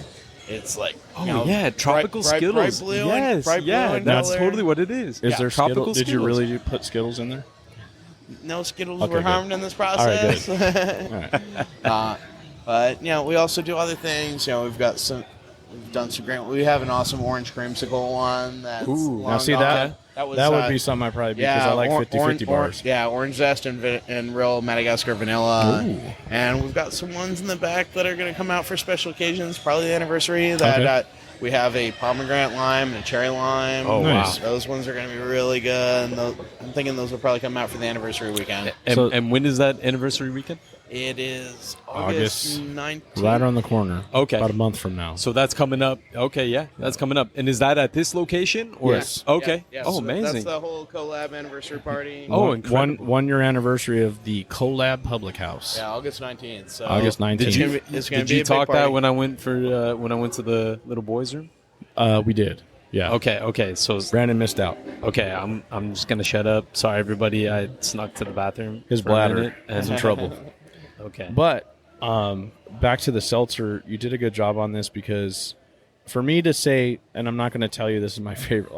I'll tell you right now, the Vienna Lager was my favorite. Yes, But- yeah. Oh man, I'd say that's probably my favorite out of that flight that you got too. Like, Right. I love that Vienna, and it's kind of a hidden gem. I just love everything that's all about it because it was just so flavorful for me, and it was crushable. Like you could drink, sitting in the pool, drink a 3 or 4 pack, and enjoy it, but have lots of flavor involved in it. So, and then this for like the seltzers, like, whew, this is it's not hand sanitizer seltzer. It's really good seltzer. Yeah, you nailed it though. Like tropical Skittles. Like when I sipped it, I just saw Skittles, and I was like, oh yeah, Skittles. Okay, yeah, that's Skittly. But Yeah. then tropical Skittles. I was like, oh, that is totally tropical Skittles. Yeah. No, you did a good job. You nailed it, and I think it was really good. And talking about beverages that bring people in that aren't beer drinkers, you got to have it. And I've talked about it with my brewery. we try to cater to everyone. Yeah, this will bring them in. And I saw some patrons earlier enjoying it, and I'm just like, what is that? You see the color. Yeah, It's for the Yeah. Instagram. Yeah, exactly. Yeah, It's for the IG. but it's good too. It's like it. It's not just the aesthetics. It also it's good seltzer. Yeah, absolutely. As you know, I'm as BeerDad said, I'm not a seltzer guy either. But yeah, that's pretty good. Same. It's Yeah. it's a market you can't ignore as a brewer. Right. And I wanted to do it right. I got a whole filtration system, Right. multiple types of filters, Yeah. and we set aside a spare tank for this and filter it from one tank to the other, and then back through the. I the can carbon tell you, filter. like in the last 4 years, 3 years, several brewers that have made the comment, "I'll never make a seltzer, never. You won't see it," because this is when White Claw came out, right? Right. Never gonna do it, and then people started doing it because you have to appease everybody. Like, gotta have something for everybody. And you need to leave money for making the great beers that you want to make. That's right. Totally. Well, And- we've experienced some great ones. I mean, from you guys here at Barrel and Stave, we had some really good ones at Harlan. Yeah. We haven't had it together, but I can say at Highland Park Brewing out in That makes me Chinatown, so Los happy. Angeles, Yeah, I love them. they have some really killer seltzers that I'm like, Yeah. wow, like I might be a seltzer guy now. Like it kind of, it converted me. but- Sometimes you run across a seltzer that's good. Like I said, for me, the reason why I don't like them is you talk about the White Claw seltzer, right? Where it's just like, oh man, I'm drinking hand sanitizer, quite literally. But then that's what I like about craft brewers and breweries is because you have someone like yourself that has a passion for things that's like, I'm not going to put out a hand sanitizer seltzer. I'm going to actually take my time and make something that somebody's going to enjoy, including myself. Like for me, opening a brewery is like, I would never sell a hand sanitizer seltzer. If I tasted it and it tastes like hand seltzer, it's going down the drain. I don't care if it costs me $3,000. Yeah. But you want something that everybody can enjoy, and you have to have a variety. Just like we're about to be joined by Propaganda Wine. Yes. They have to have a variety. You can't just have red wine only, right? You got to have a variety of things. And just like a brewery, you got to have IPAs, you got to have stouts, you got to have heavily adjuncted drinks, you got to have seltzers and all that. And you're doing a great job at Barrel and Stave. Thank Yeah, you. totally. Thank you again for joining us. I love Propaganda. They're my partners in crime. The opening weekend, I joined as a member right away. That's awesome, man. Couldn't turn that down, and I wanted to just support them and be a member. And we have a great time there. Love Propaganda. So enjoy your tasting with Propaganda. Yeah, Thank you absolutely. so much. But thanks again for joining us. Everybody come check out Barrel and Stave at CoLab Public House. Definitely worth it. Like, all the breweries here are great, and the 1 year anniversary is coming up, so definitely come down and party with all these guys. Yeah. But cheers. That Vienna Lager for me was delicious. Thank you. So now we have another guest with us. We do. We're going to switch gears here on the BeerDad and Brew podcast because we went through 3 flights of beer, and technically there was a mead mixed in there, and we had a seltzer. But now we are going to dive into the wine world. So shout out to our friends and partners of Thin Vine Wines. John, I know you're listening to the show. You'll appreciate this segment. But we're joined by Just Joe, right? Just Joe. Just Joe from Propaganda Just Wine Joe. Company. And we are going to dive into some wine. So tell us about Propaganda Wine Company and what we're about to partake in. So I'm lucky enough to be a partner in Propaganda Wines. Propaganda Wines is just a few years old now. Steve Mikulishin is the winemaker and my business partner, and he's the most important part of the business because the product is really everything. Great to have a good atmosphere. Great. Yeah. Our wine club is full of the most amazing people that you'd ever meet. They're fantastic. Chris being one of them, and probably 50 of his closest friends that are also members.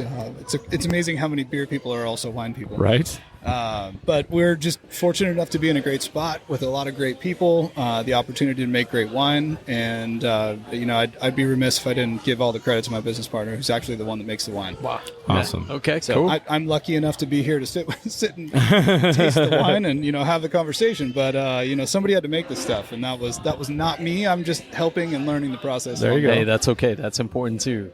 Talking about the wine, sometimes, it's just as important. Well, the drinking part is the most important. Yeah. But It's the most enjoyable. I can tell you that. Certainly. Hey, cheers, boys. Cheers. That's nice. You can hear that pretty well. That was good. All right, huh? so we're going to start where we'll call it no man's land, because this is a rosé, right? And Okay. we think that all wine is for all people. We really aim to make wine to be able to let everybody of all kind enjoy every one of our wines. This is a rosé. Rosé is typically not what you think of as a man. You think I want a deep dark red. Yeah. But this one's lovely. I would probably categorize this as like a pool pounder. It's a cold rosé on a hot day by the pool. This is refreshing. It's floral. It's got some nice little like strawberry notes in there. It's one of those things that you need on a hot day. Don't ever be afraid to grab a rosé as a man. Flex that bicep, hold your rosé. Yeah. Be a man that can do that. What's that guy? The Be a Man. You ever seen him on Instagram and Bee TikTok? Man? Yeah, that guy. BEE. He'll tell you like do something like totally off the wall, like grab a rosé wine, be a man, and that's like his like shtick. Rosé all day is one of the big sayings in the wine industry right now, and you've got canned sparkling rosé that people are taking to the beach, and it's a perfect hot day wine. The acidity goes with a lot of different things, and it's still got some nice fruit notes in there. It's the beginning of white and red wine. So what happens in a rosé is you take a red grape that has white juice in it, and you press it and you leave it on the skins just long enough to absorb some of that color from the skins, and you press it off away from the skins to where it just got a little bit. So it's the same as red wine. This is a Pinot Noir, Yeah. but it just didn't stay on the skins long enough to actually become red wine. Yeah. So there's really nothing wrong with it. It's the same as a Pinot Noir, which is one of the most famous grapes in the world, but it's a rosé. So it's just a little lighter. Because you can do a rosé of different types of grapes, right? It's not just a rosé is not necessarily a type of wine. You can do a rosé of Pinot Noir, rosé of etc. 100%. Yeah. Okay. In fact, I brought 2 rosés to highlight that same thing. The next Incredible. one's a rosé of a Cabernet Sauvignon. All right. Which there you you don't go. normally see, but Cab. yeah, but you can see the color itself. Oh yeah, the huge Different. difference. Yeah. Color's big difference. significantly different, Yeah. right? So Yeah. this is a Pinot, which is going to have primarily white juice that comes from the grape, just happens to have a red skin. A Cab's going to have darker juice, and the skin's a lot thicker, so it gives it a lot more color quicker. Nice. And you'll taste the difference too. So this is light, refreshing, Yeah. summer That's really day, good. Yeah. easy. Delicious. I feel like for me, obviously not the wine drinker here in the group. You are now. Not to say that I don't drink wine. I do every once in a while. It's wine dad. You're right. The wine dads changed from the beer dad to the wine dad. We could start something. I do I appreciate a good wine. Certain meals, obviously, when you pair. Okay, I'll drink beer all the time, but there's certain meals that you almost have to have wine with, and I feel like Italian being one of them. Oh yeah. And by no means is like the Olive Garden like a fancy Italian restaurant. But whenever we go to the Olive Garden, I'll have some wine with my, because your beer choices there are Stella and Peroni. We won't say Peroni. I'll have Peroni. Okay. But we won't talk about the Peroni. InBev brands, right? We don't talk about the big people. So I try to keep it, independent and small business, support small business because that's what we're all about. But you always every type of meal, like, oh man, just a really solid, good, like for me, a red with I like lasagna and oh man, it just pairs so well, like more so than beer. Like you almost have to, you take that bite if you have a really rich, actually Olive Garden about once a year, they'll do a create your own pasta and they have a red wine meat sauce that they have. And it pairs so well with it doesn't matter. I just tell them, bring me a red. I don't care. I'm not a wine aficionado. It doesn't have to be fancy. It could be $2 Chuck or whatever it's called. I don't care. It's $3.50 Chuck. Is it now? The inflation. We've hit it, right? No more $2 Chuck, right?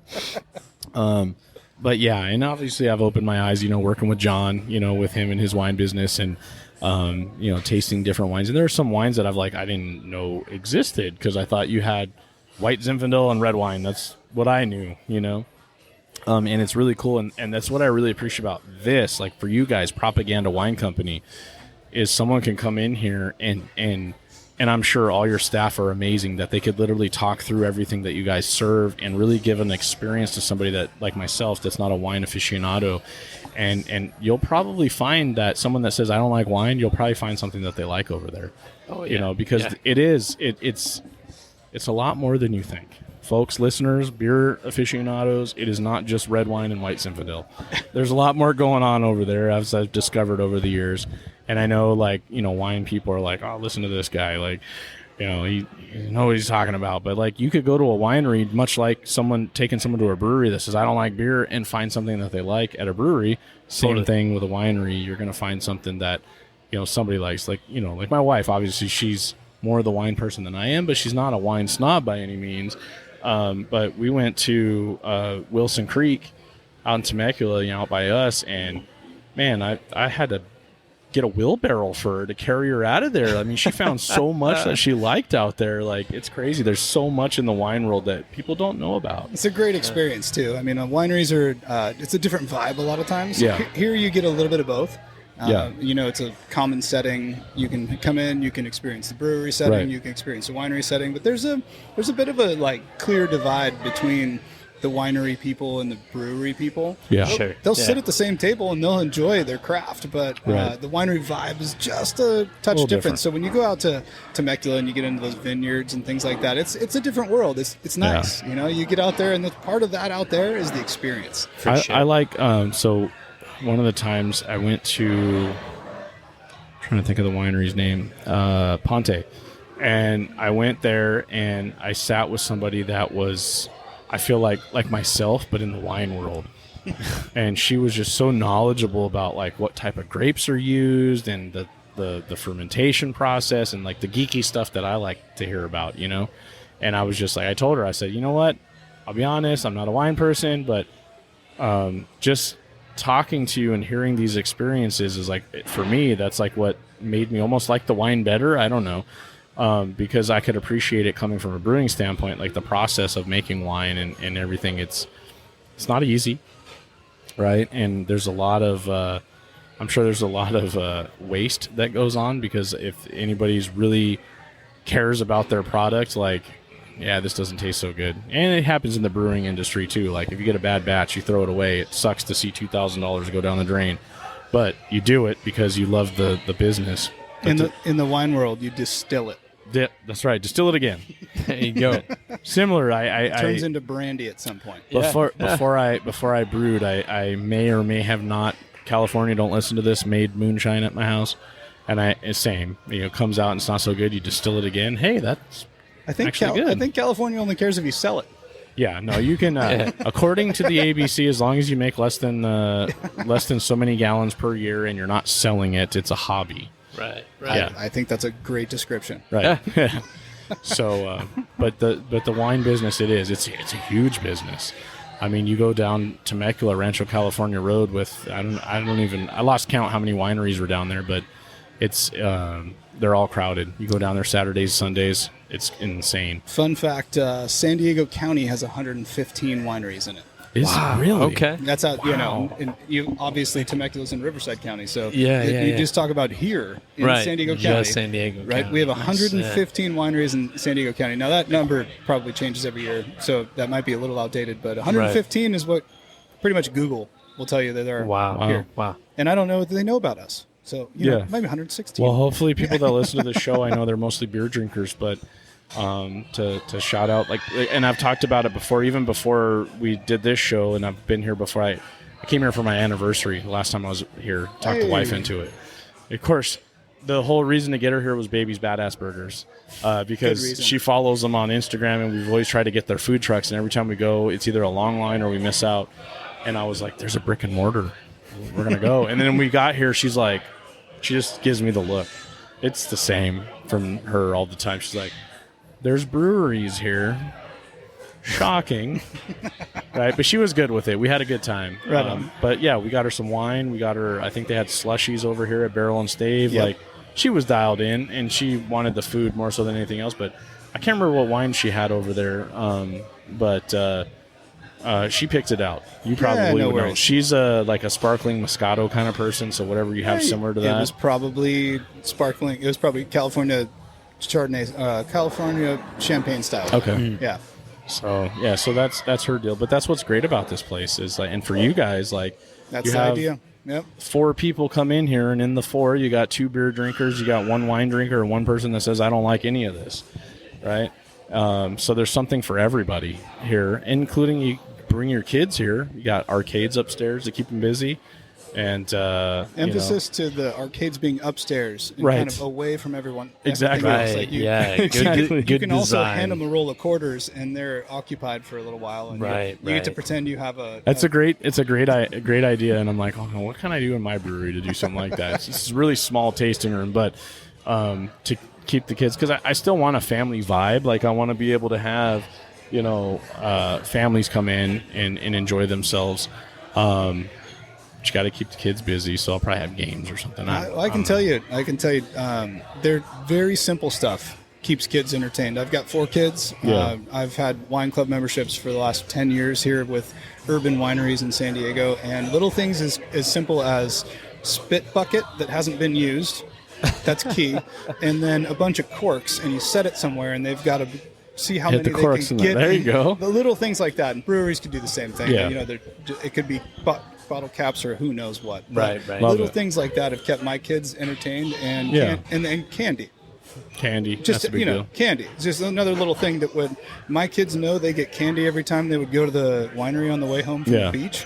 They would literally chant the name of the winery on the way in the car, and we thought we were pretty good parents, This seems to have worked out. And we'd have our 1 glass of wine on the way home, sun-soaked, and then they would have a little bit of candy. Everybody kind of chill, rest, and then we'd be on our way home. I love it. And sometimes, too, I've seen, like, where they'll do, like, a non-alcoholic, like, seltzer or something. A good friend of mine, shout out Devin, Desert Beer Company, out in, like, the La Quinta Indio area. He makes amazing beer, and he's got sodas, handcrafted sodas. So he does like an orange cream, a ginger ale, and a root beer. Perfect. And it's like, and you get and you pour the kids, their little glassware, and they're happy as pie. Of shit. I mean, his root beer is amazing. I told him, I was like, man, you need to make a hard version of this. Little things work well. So we've had Martinelli's does like a blush, and it's non-alcoholic, and it's sparkling. And you put it in a little mini glass. It's harder to knock over. And we've got families that come in. The mom and dad have a glass of wine, and the kids sit up they'll belly up, and they're like, hey, can I get a kid's rosé? Perfect. So cute. That's perfect. It makes the experience, right? It's for sure. That's awesome. So speaking of rosé. You poured another. We got another one. This is the darker rosé. This is the Harley Riders rosé. Fresh off the Harley, we like to think this is the perfect rosé for that. You know, hot ride, you get off the Harley, you're sweating, you come in and you have a nice rosé, but it's made from a cab, so it's kind of like we call it a brosé. The brosé. The brosé. So wine's a fun thing. There's a few different aspects to wine, one of which is the sight. So you look at it, obviously way It's different so color than the other rosé. Next thing, nose. Stick your nose in there. This thing's got a little bit of a bigger nose than the other rosé. The other one's light, floral. This is going to have some more kind of red fruit type stuff in there. It definitely for me on the aromas, like I feel like it's going to be stronger than the last that we had. And that's the characteristic of a Cabernet. And then when you drink it, it's got a little Cabernet characteristic to it where you get like a little bit of tannin. There's a little bit more of that like kind of darker red fruit characteristics rather than the lighter red fruit you get from the other rosé. I actually really like that. That's so good. Yeah, I'm sorry. I'm sorry. I didn't mean to convert you on sorry. air. You know, this wasn't the goal. I'm just trying to. I told you I like reds, and like this is gonna sound funny, but I feel like this is like, okay, so I like reds, right? And but I like things light now. You know, I enjoy pilsners and lagers and stuff like that. I feel like this is the pilsner lager version of a red. You're not wrong. Yeah. That's a great description, a great analogy too. Yeah. I mean, look, you can't always drink just a big bad red wine. Right. Like sometimes you need something lighter. And this Cab Rosé is like our brosé, right? It's just fun and way different. You just really don't see this anywhere. So Yeah. we've got a few hundred wine club members. They come in and they've seen rosé, they've seen Chardonnay, they've seen Pinot and Cab and whatever, and they try this and they're like, oh. Yeah. That's new. That's damn good. It's got like a fruit punch quality to it. I was gonna say Hawaiian punch. Yeah, Hawaiian punch. I Yeah. love it. We're putting it in the description. I love it. Yeah. But yeah, it's just something fun, and you don't really see that anywhere else. Yeah, for sure. Has Propaganda been a partner at CoLab since its founding? Since it opened, yeah. Okay.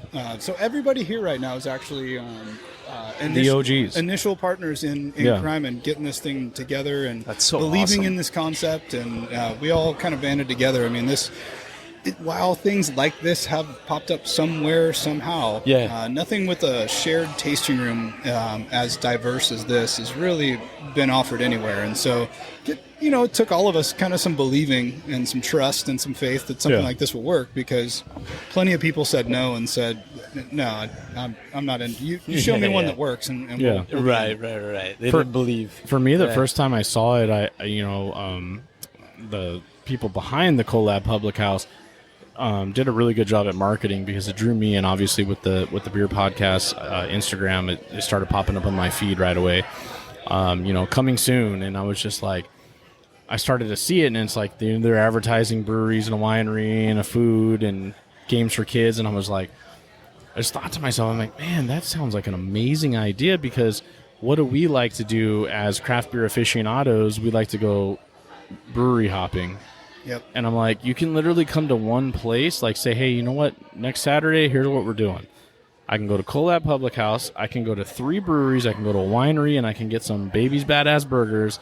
And the kids can play video games. Everyone's having a good time. You could have birthday parties here. You could have anniversary. Well, I came here for my anniversary. Yeah, of course, the wife accused me of like, oh, there's breweries here. That's why we're here. But then she loved it, loved every minute of it. And, of course, she loved the food. But, I mean, there's an outdoor venue outside. You can play cornhole tournaments for those that like cornhole, whatever you want. Up. That's actually on our list right now, is to get a cornhole tournament that's awesome. regularly scheduled to where you can actually participate and win prizes, things like that. Yeah. And we seat, inside 355 people. Oh, yeah. So including the 2 patios, you're looking at probably upwards of 450 people that we could actually have a really killer event. I remember when we came here on our anniversary, when we first got here, it was dead. We got here kind of just after the lunch hour, like right when everything's open. And there was not a lot of people in here. And by the time I think I was at the 3rd brewery, and my wife was on her 2nd glass of wine, and we we had already had an appetizer from Babies, and we just got our burgers. All of a sudden, like, people just started showing up. By the time we left, this place was packed, and it was really cool to see. You know, I love seeing businesses, you know, and obviously it's a big business here, but small businesses within a big business. Exactly. I love seeing all the patronage, because obviously we just went through a big pandemic and nobody was doing anything, and it's cool to see like a packed place. My wife's like, wow, she really saw it, and this is a lot of the reason why she believed in me starting what I'm doing, because she saw how crowded it got and people were having a good time, and you know, and obviously she listens to the podcast and she knows like people have weathered the storm, and you know, we're getting past the pandemic, and she's just like, all right, I think it's time, go do it. Just do it. I'm gonna close my eyes, and we're just gonna bite our tongues, and we're just gonna do it. Being that she listens to the podcast, I'll just speak directly to her. There you go. Right now, and that I can tell you there are good days and there are bad days. Absolutely. And there are many of both. And so don't let any of the bad days discourage you. Just figure out what you need to do next to make more good days. Yeah. And we've learned a ton here since we've opened. I mean, we've been open. Actually, this day a year ago was the first day. Oh my gosh! Yeah. Soft opening. Yeah. Congrats. We did a grand opening a couple months later. The winery wasn't even open until a month after the first day we soft That's opened. what Chris was saying. Yeah. So honestly, we're not even fully been open for a year yet. Wow. And I can't even list the number of things we've learned in that year. So, you know, take it with a grain of salt, work hard, and always improve. How did you get into wine? I started drinking it. Yeah, that was pretty much it. I've been a connoisseur of wine, if you would. Yeah. I'm no high-level sommelier type wine drinker. However, I've taken a sommelier class. I have been involved in some pretty high-level wine tasting courses and events and things like that over the last probably 10 years. I've paid way more money than I'm privileged to tell you about for some of these wine tastings, and had some incredible wine, and I'm just more of an enthusiast than anything. And when it came an opportunity to be a part of this, it made sense for both Steve and I to run forward with this. I was fortunate enough to be a part of this and dumb enough to say yes. Okay, that's a good way to put it. What do we got going on right here? We got another beautiful glass in front of us. So this one's a Chardonnay. I'll dip into the winemaking world for just a moment. Okay. So we're an urban winery. That means that we make wine here, and we don't grow any grapes. We get grapes from all the grape growing regions. Yeah. We've got grapes from Napa, Sonoma, Paso, Escondido. We haven't gotten any from Temecula, and I don't think that's a good or bad thing. It's just the fact that I think there's more grapes. There's more wine in Temecula than there are grapes. And so I was going to say, and you might be able to answer to this, I've heard that a lot of the wineries that you go to out there get their grapes from elsewhere, even though you drive in and there's grapes. Crops, right? But a lot of their grapes come from elsewhere. Yeah, I think, I don't know this definitively, but I would venture to guess, with an educated guess, that there's more wine in Temecula than there are enough grapes to support. Yeah. However, I can tell you there's a wine that I had from a Napa Valley winery, well known, that was made from Temecula grapes, and it was fantastic. It was a Vermentino grape. It's crazy. Okay. So you'd said you don't have a lot of education in the wine world. Don't worry. Some of the biggest wine drinkers out there also in Italy alone, there's 2,000 registered grape varietals. Oh, wow. 2,000 grape types, right? So Cab, Pinot, Merlot, and many, many more. Chianti, right? There's 2,000 registered. There's more grapes types that are unregistered than registered in Italy. Wow. So you can't ever know everything there is to know about wine, and that's where you should start from, is a place of humility. To understand that there's no way you're going to be an expert in your lifetime without devoting every waking hour, and that's just not who most of us are. So, so approach wine with an everyman's point of view. It's okay. You don't know? That's fine. You know what? Find out what you like. Yeah. But hey, even if you did find out everything there was humanly possible to know about wine, it'd be kind of depressing in a way, you know? There's something beautiful about, like, I don't know. whether it's wine or beer or whatever, it's like there's still a beer or a wine out there that I've never tried, and I probably never will. Yeah. I'm just gonna get as many as I can and enjoy them along the way. And I will say there's something beautiful about that. I will say this. When it comes to wine, obviously I know what I like so far, and I haven't really dived deep into it, but there's been some that I've found that are like, man, I can't believe this is wine. Like, this is crazy. One of note that I actually just recently had, because it's summertime and they do this, and Wilson Creek again, was a watermelon wine or sparkling wine that they did. Is it made from watermelon? Oh, dude. We'll figure that out next episode. I'm sure it's adjuncted with watermelon, because if I wanted to describe the flavor, would be like if you popped a watermelon Jolly Rancher in your mouth. That's what it came at. And so I told my wife, because she had got the bottle. She knows I like watermelon, so she's like, I think you might like this. And I'm like, I don't, because she likes their sparkling almond wine, and I was like, I'm not gonna like this, but I did because I love watermelon. And so then we it live on radio, right? We blended it with ice and fresh watermelon, and it was so good. Yeah. A little slushy action. So we do a sangria here, which I didn't put on the table, but essentially just soaking fruit in wine. Nice. You can do lots of different renditions of that. There's brandy that you can add to that. You can you name it. You can. Sangrias are all across the board. But we use actually our rosé and soak it in peaches and strawberries and watermelon. And that sounds so good. You do that for a few days, and then you put it on tap and put it over ice with some fresh watermelon, some mint, and some orange slices, and it's just a nice summer day kind of easy drinking. Yeah. What's in front of you is the Chardonnay. So let's try it. Chardonnay's got two different worlds. There's the buttery Chardonnay, and some people swear by buttery Chardonnay, and that's all they want. And then there's like a Chablis kind of like crisp green apple type Chardonnay that some people will swear is better than the buttery Chardonnay. This is actually half fermented on steel, half fermented on oak, and so it's got a little bit of both. Ooh. You're going to get a little butter, but it's not going to be a big butter bomb. Okay. And you're also going to get some of that green apple and kind of citrusy notes there too. I was going to say it's got that sour puckeriness of a green apple. Mm-hmm. It's got the dryness that I like,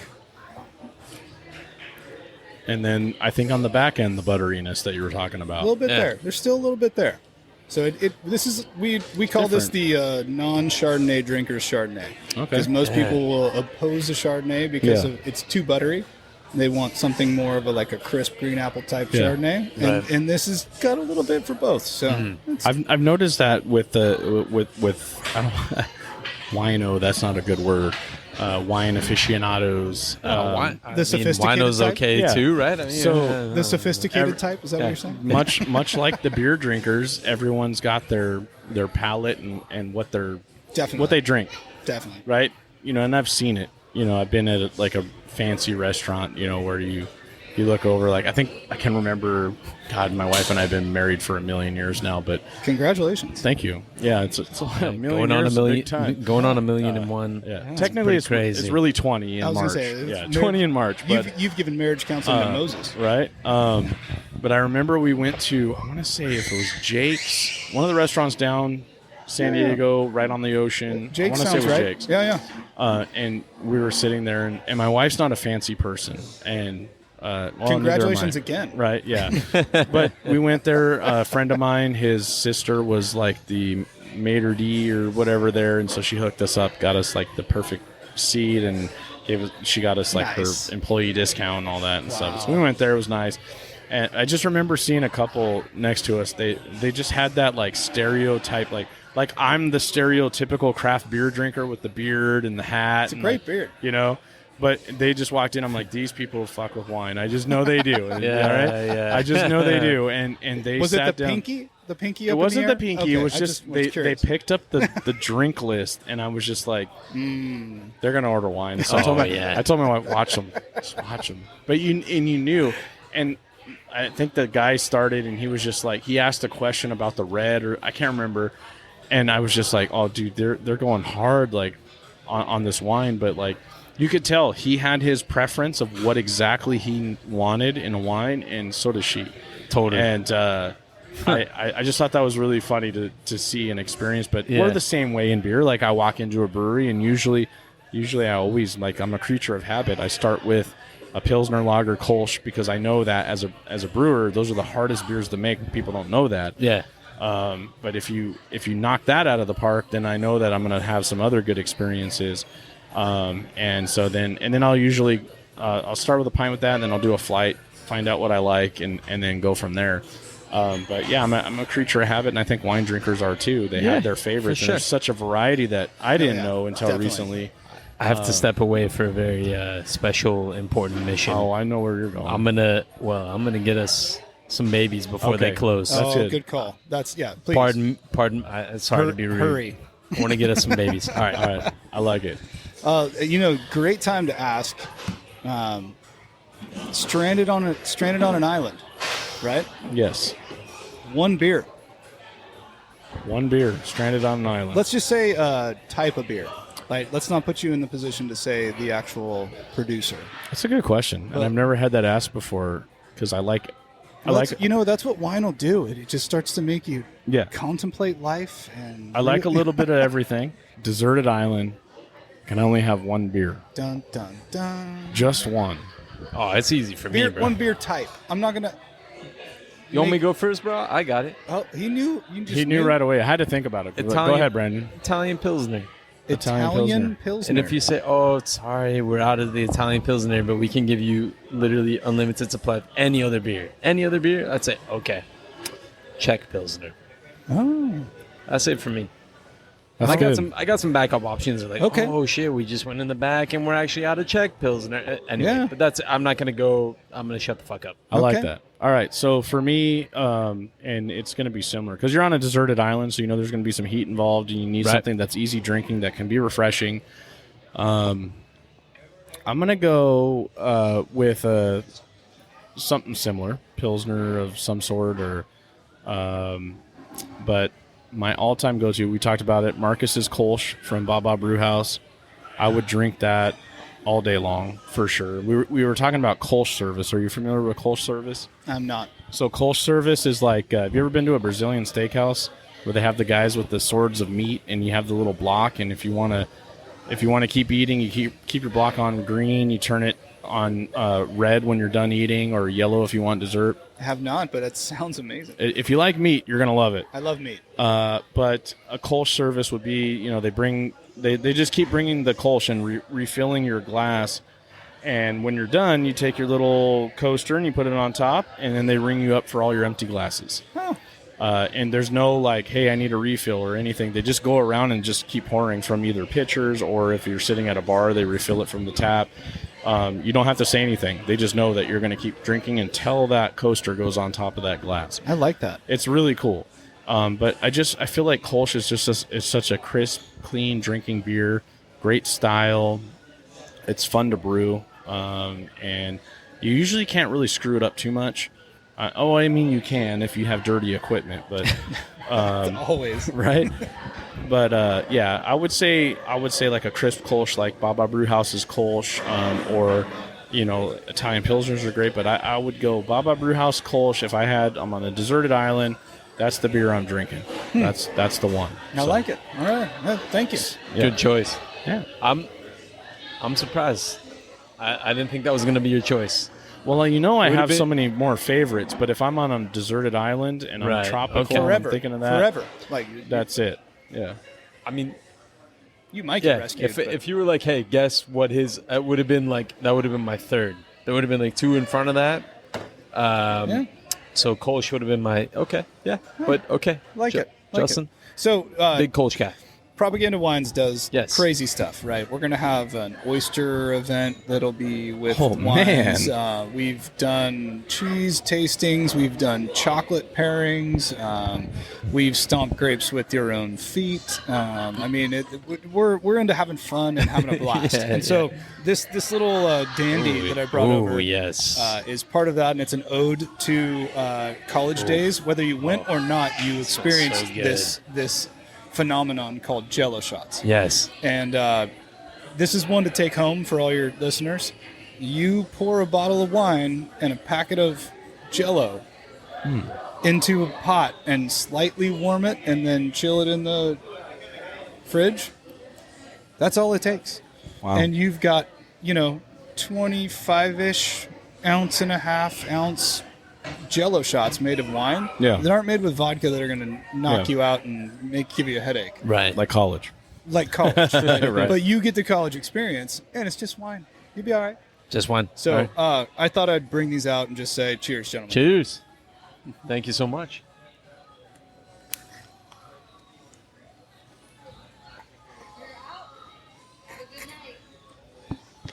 A little bit of sucking the Jello out of the cup. It happens, and it's normal. It's been a while. I'm Yeah. old now. Wow. College is an afterthought. Yeah, and some of it's still on your beard, so that'll be good for later.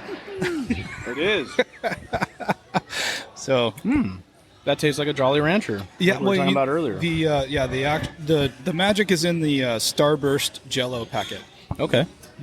So it would be very, That's good. Jolly Rancher-ish, but So that's going to be for like the anniversary, or I just have them? people order them by the dozen. It's just literally, I'll take a dozen Jello shots. That's so smart that you guys have that. Oh, it's just fun. That's so smart. It's not. There's No, not. but I feel like, when I first got in here a few hours ago, there was a lot of birthday parties coming through, Yeah. a lot of, people being loud, having fun. Kids, And that's the dude, kind of thing everything. that I feel like people will see on the menu, or, perhaps the wine tender might mention. And yeah, that's going to be a big seller. We've got a sign on the wine bar that says $2 Jello shots, and I've got to tell you, Oh, that's perfect. The There you number go. of the number of grandmothers that have looked at that and said, "I'll take them." Right. Yeah. It's just been it's so much fun to even see somebody say that. It's great. Yeah. That's So awesome. what do we have going on What do we right got? here in our All right, glass? so this is a Pinot Noir. So the first Oh, wine we had yeah. was a rosé, and Okay. a rosé was made out of a Pinot Noir grape. This is a Pinot Noir grape, which is really a lot more akin to what you'd expect from a Pinot Noir. So this Pinot Noirs in California sometimes are hot and heavy. Yeah. That's not the true. That's not the original expression of Pinot Noir. Pinot Noir was very delicate, very earthy, very kind of funky. If you hear of a French Burgundy wine, it's typically a Pinot Noir. It's and I don't know. I'm not a wine aficionado, wine snob or anything, but I've heard people say that that this style of wine is beautifully paired with something very irony, like a liver, like Okay. calf liver. What do they call that? Like what's Like veal or venison? Venison. Oh, No, not venison. I'm Venison sorry. Well, is venison veal, would be right? good. Not. Okay. What's the baby?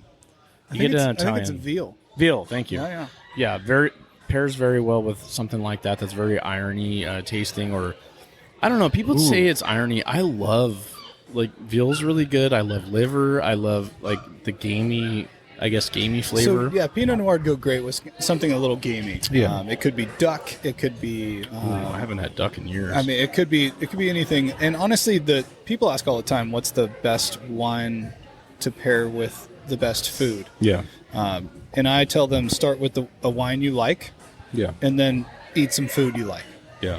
and it's probably going to go fine. There are some truisms to pairing wine and food and cheese, and honestly, you just got to try them. You got to kind of taste through them, and the acidity is everything. So the acid profiles to match between wine and food are the key, but that's some scientific stuff, and I'm just a wine drinker. So Yeah. you know what I do? I pick wine I like, and I pick food I like, and they typically work pretty well together. This is really good. So this is going to be kind of a little earthy, a little funky, not like a Yeah. fruit-forward wine. This is almost a non-fruit wine. It's got more of soil qualities, earthiness, kind of. Pinot Noirs you'll find sometimes have almost like a little bit of a mushroom-like quality to them. I like when you say earthy, because when I get on the back of my jowls, right? Some wines tend to give that pucker factor, and this one more gives like a meal factor. Earthy is Yeah. like a good word for that. So tannin and acid will mess with you. So Yeah. tannin's that all the water, all the moisture in my mouth just left and why, Yeah. right? And you just pucker up Yeah. and you're Dry up. Yep. You're trying to get your glands to secrete more juices because your mouth is dry. Right. That's typically tannin, and that comes from the grape skins and the seeds and the stems. Yeah. That will literally, that's what they give the wine. Pinot Noir is a much lighter wine, much more like delicate, kind of fragrant, and just really complex wine. Yeah. Can be a lot lighter, so you get less of that and more of kind of other things. And as you delve into the wine world, you find that Pinot Noirs they can be hot and heavy like a cab, and they can be light and earthy like this one. And it just depends on how the winemaker expresses the characteristics of that grape. It's this is probably right up my alley. We talked about, I like, reds, but this particular beer, I feel like wine. I feel like this great beer. This wine would be. I'm picturing like a nice ribeye steak dinner. Ooh, and just I don't know. It's really good. I know that if I were to drink a whole bottle of it, I'd be in a lot of trouble. You'd be having a good night. Yeah. So I'm gonna take, so as not to just walk you through our entire menu, which we've got. I'll tell you, we've got a Grenache from Washington that's fantastic, kind of a medium body stuff, very fruit forward, beautiful expression. We've got a Nebbiolo, which typically you see in like a Barolo, Barbaresco, which are very Italian wines. They're very dry, tannic, like real pucker factor. However, they go great with, really fatty Italian dishes because they just cut through that fattiness, and they kind of makes the wine a little bit less dry, and it makes the food a little bit less heavy.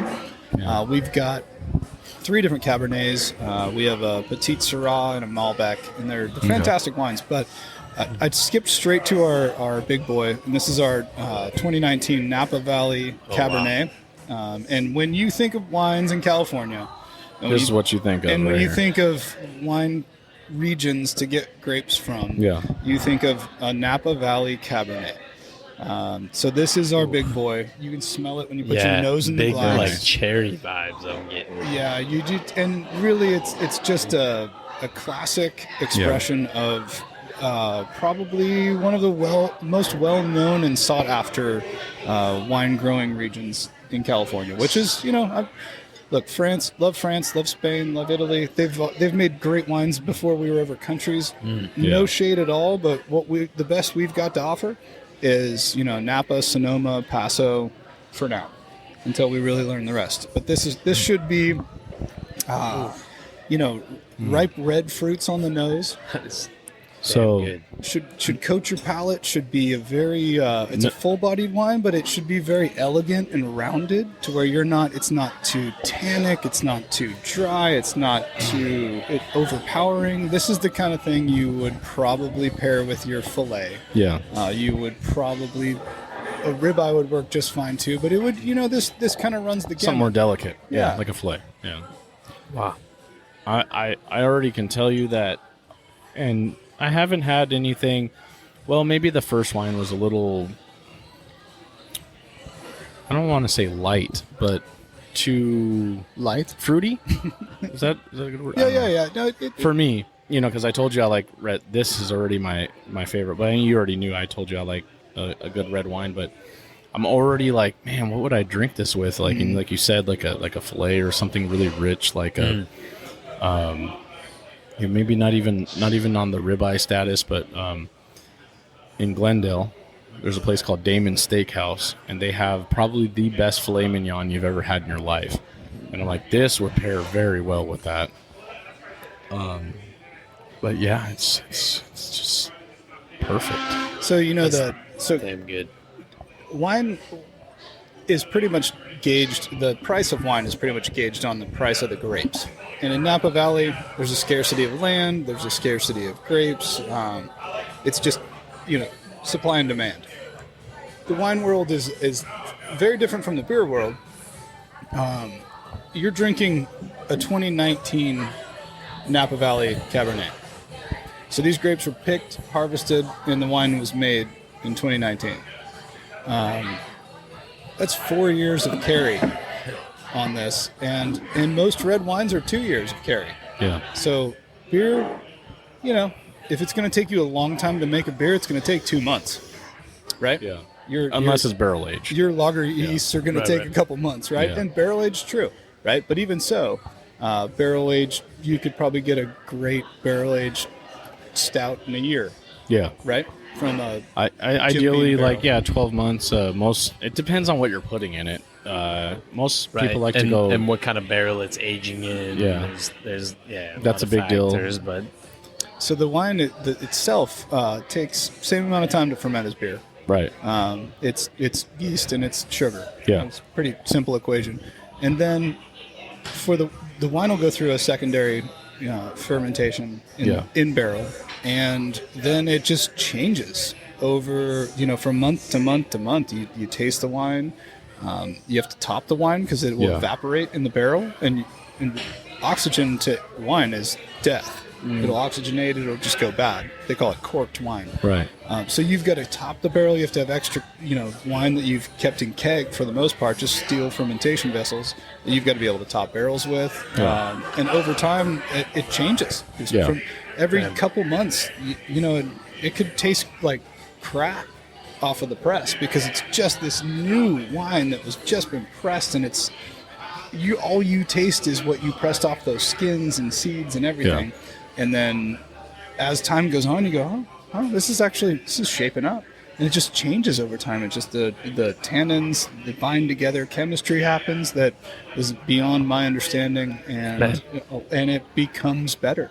Yeah. So it was like a sideways speech, man. Yeah. It was beautiful. It was beautiful. Aged like a fine wine. Sideways ruined Merlot. Yeah. Merlot's a fantastic Merlot wine. got fucked up. Yeah. Just so you know. That was man. Yeah. This cab was excellent, and there's like all of the wines taste related in a way. Like I feel like I'm tasting everything from the same kind of winery, which I feel like is extra special. I don't know if that's just sort of my subconscious sort of speaking into my conscious, but I feel like there's like this sort of like through line between the wines that and again, I don't know if I'm just... I would agree with that. I mean, and you'd say the same thing with breweries.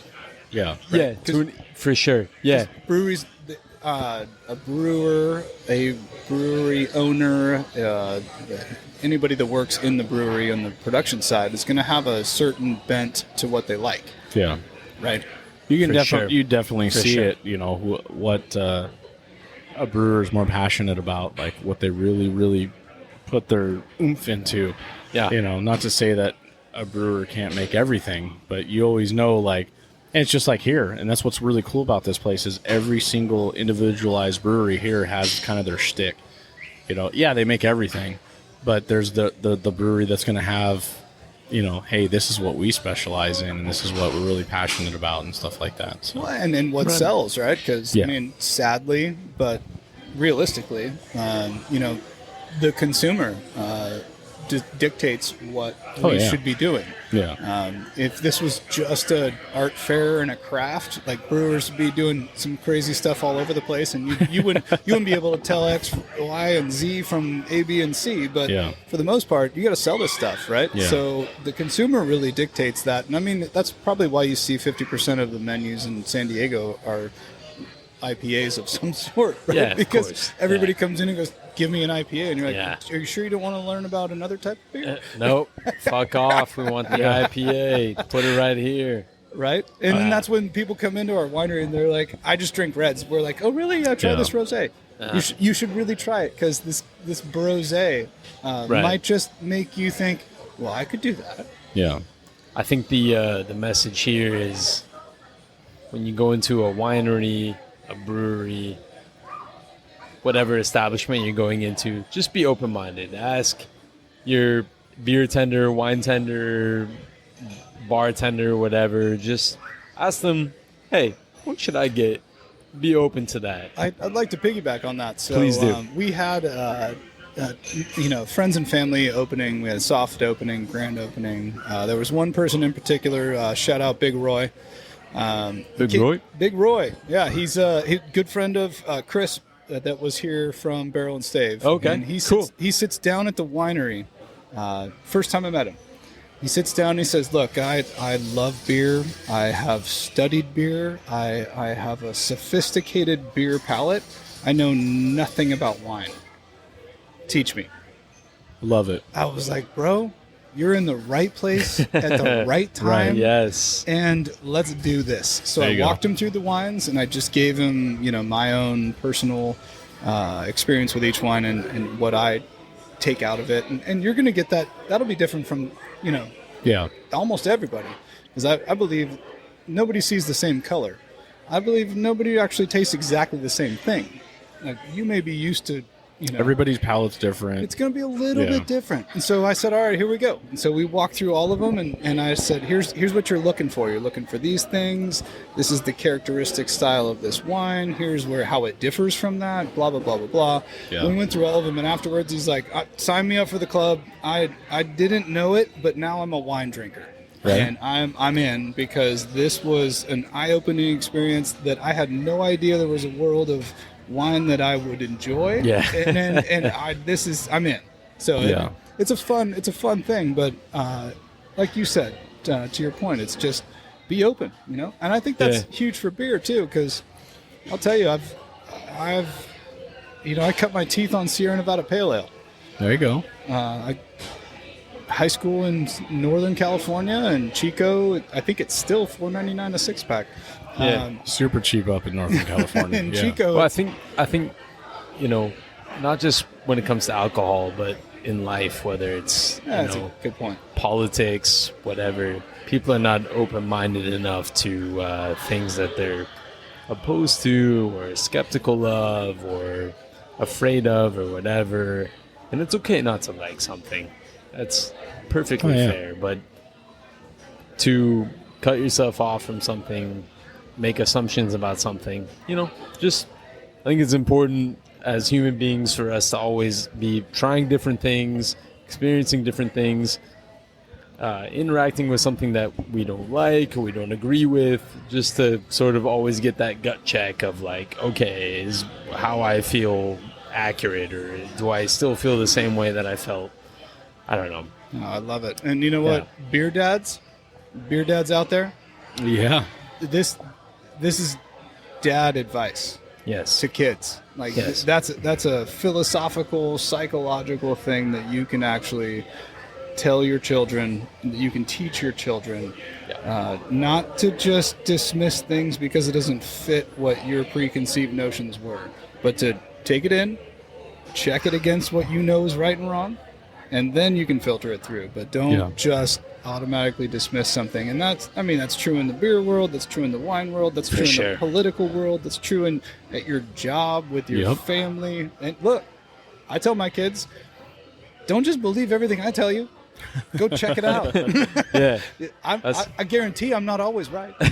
That's one of the things I love about this podcast, and what Justin and Josh set up, and Brandon and all the different people that have come along the way is, you don't necessarily have to agree like politically or, be from the same economic status or the same nationality or whatever, but beer or wine or whatever, your choice of drink can bring a lot of people together.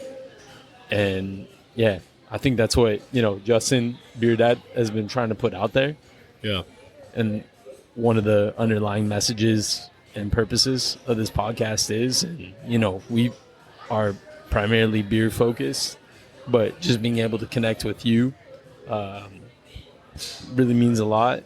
And just having our listeners be able to hear about wine, and you speak so eloquently and beautifully about the wine that you guys have, it's just kind of proof of that, of like, hey man, we're all just humans trying to figure this shit out and make it through the day, and we all have these beautiful liquids to help us make it just a tiny bit easier. I've always said, and it rings true, and it doesn't matter if it's wine or it's beer or whatever, but you can always count on, and this has been throughout the ages. I mean, we talk about history. I'm kind of a history I wouldn't say a history buff, but I love history. Like, of all the subjects in school where, it was like, obviously math, I hated math. Absolutely hated it, and I feel like I passed that on to my daughter, poor girl. But history I was always interested in, and I just feel like if more people would open up their world to, I'm not saying be an alcoholic. That's not what I'm preaching or what we've been preaching on this show. But we can disagree. That's right? fine. Open up the world to wine, to beer, to liquor, without the vice and being Without alcoholics. abuse. Yeah. Yeah. It really is the peacemaker. People haven't been realizing this, but we talked about it on the show. So my former co-host Josh, him and I were complete polar opposites politically. Yeah. We were still best friends. Yeah. I love that. This is something that's that a beautiful thing. that the news and all these people cannot. They hate it.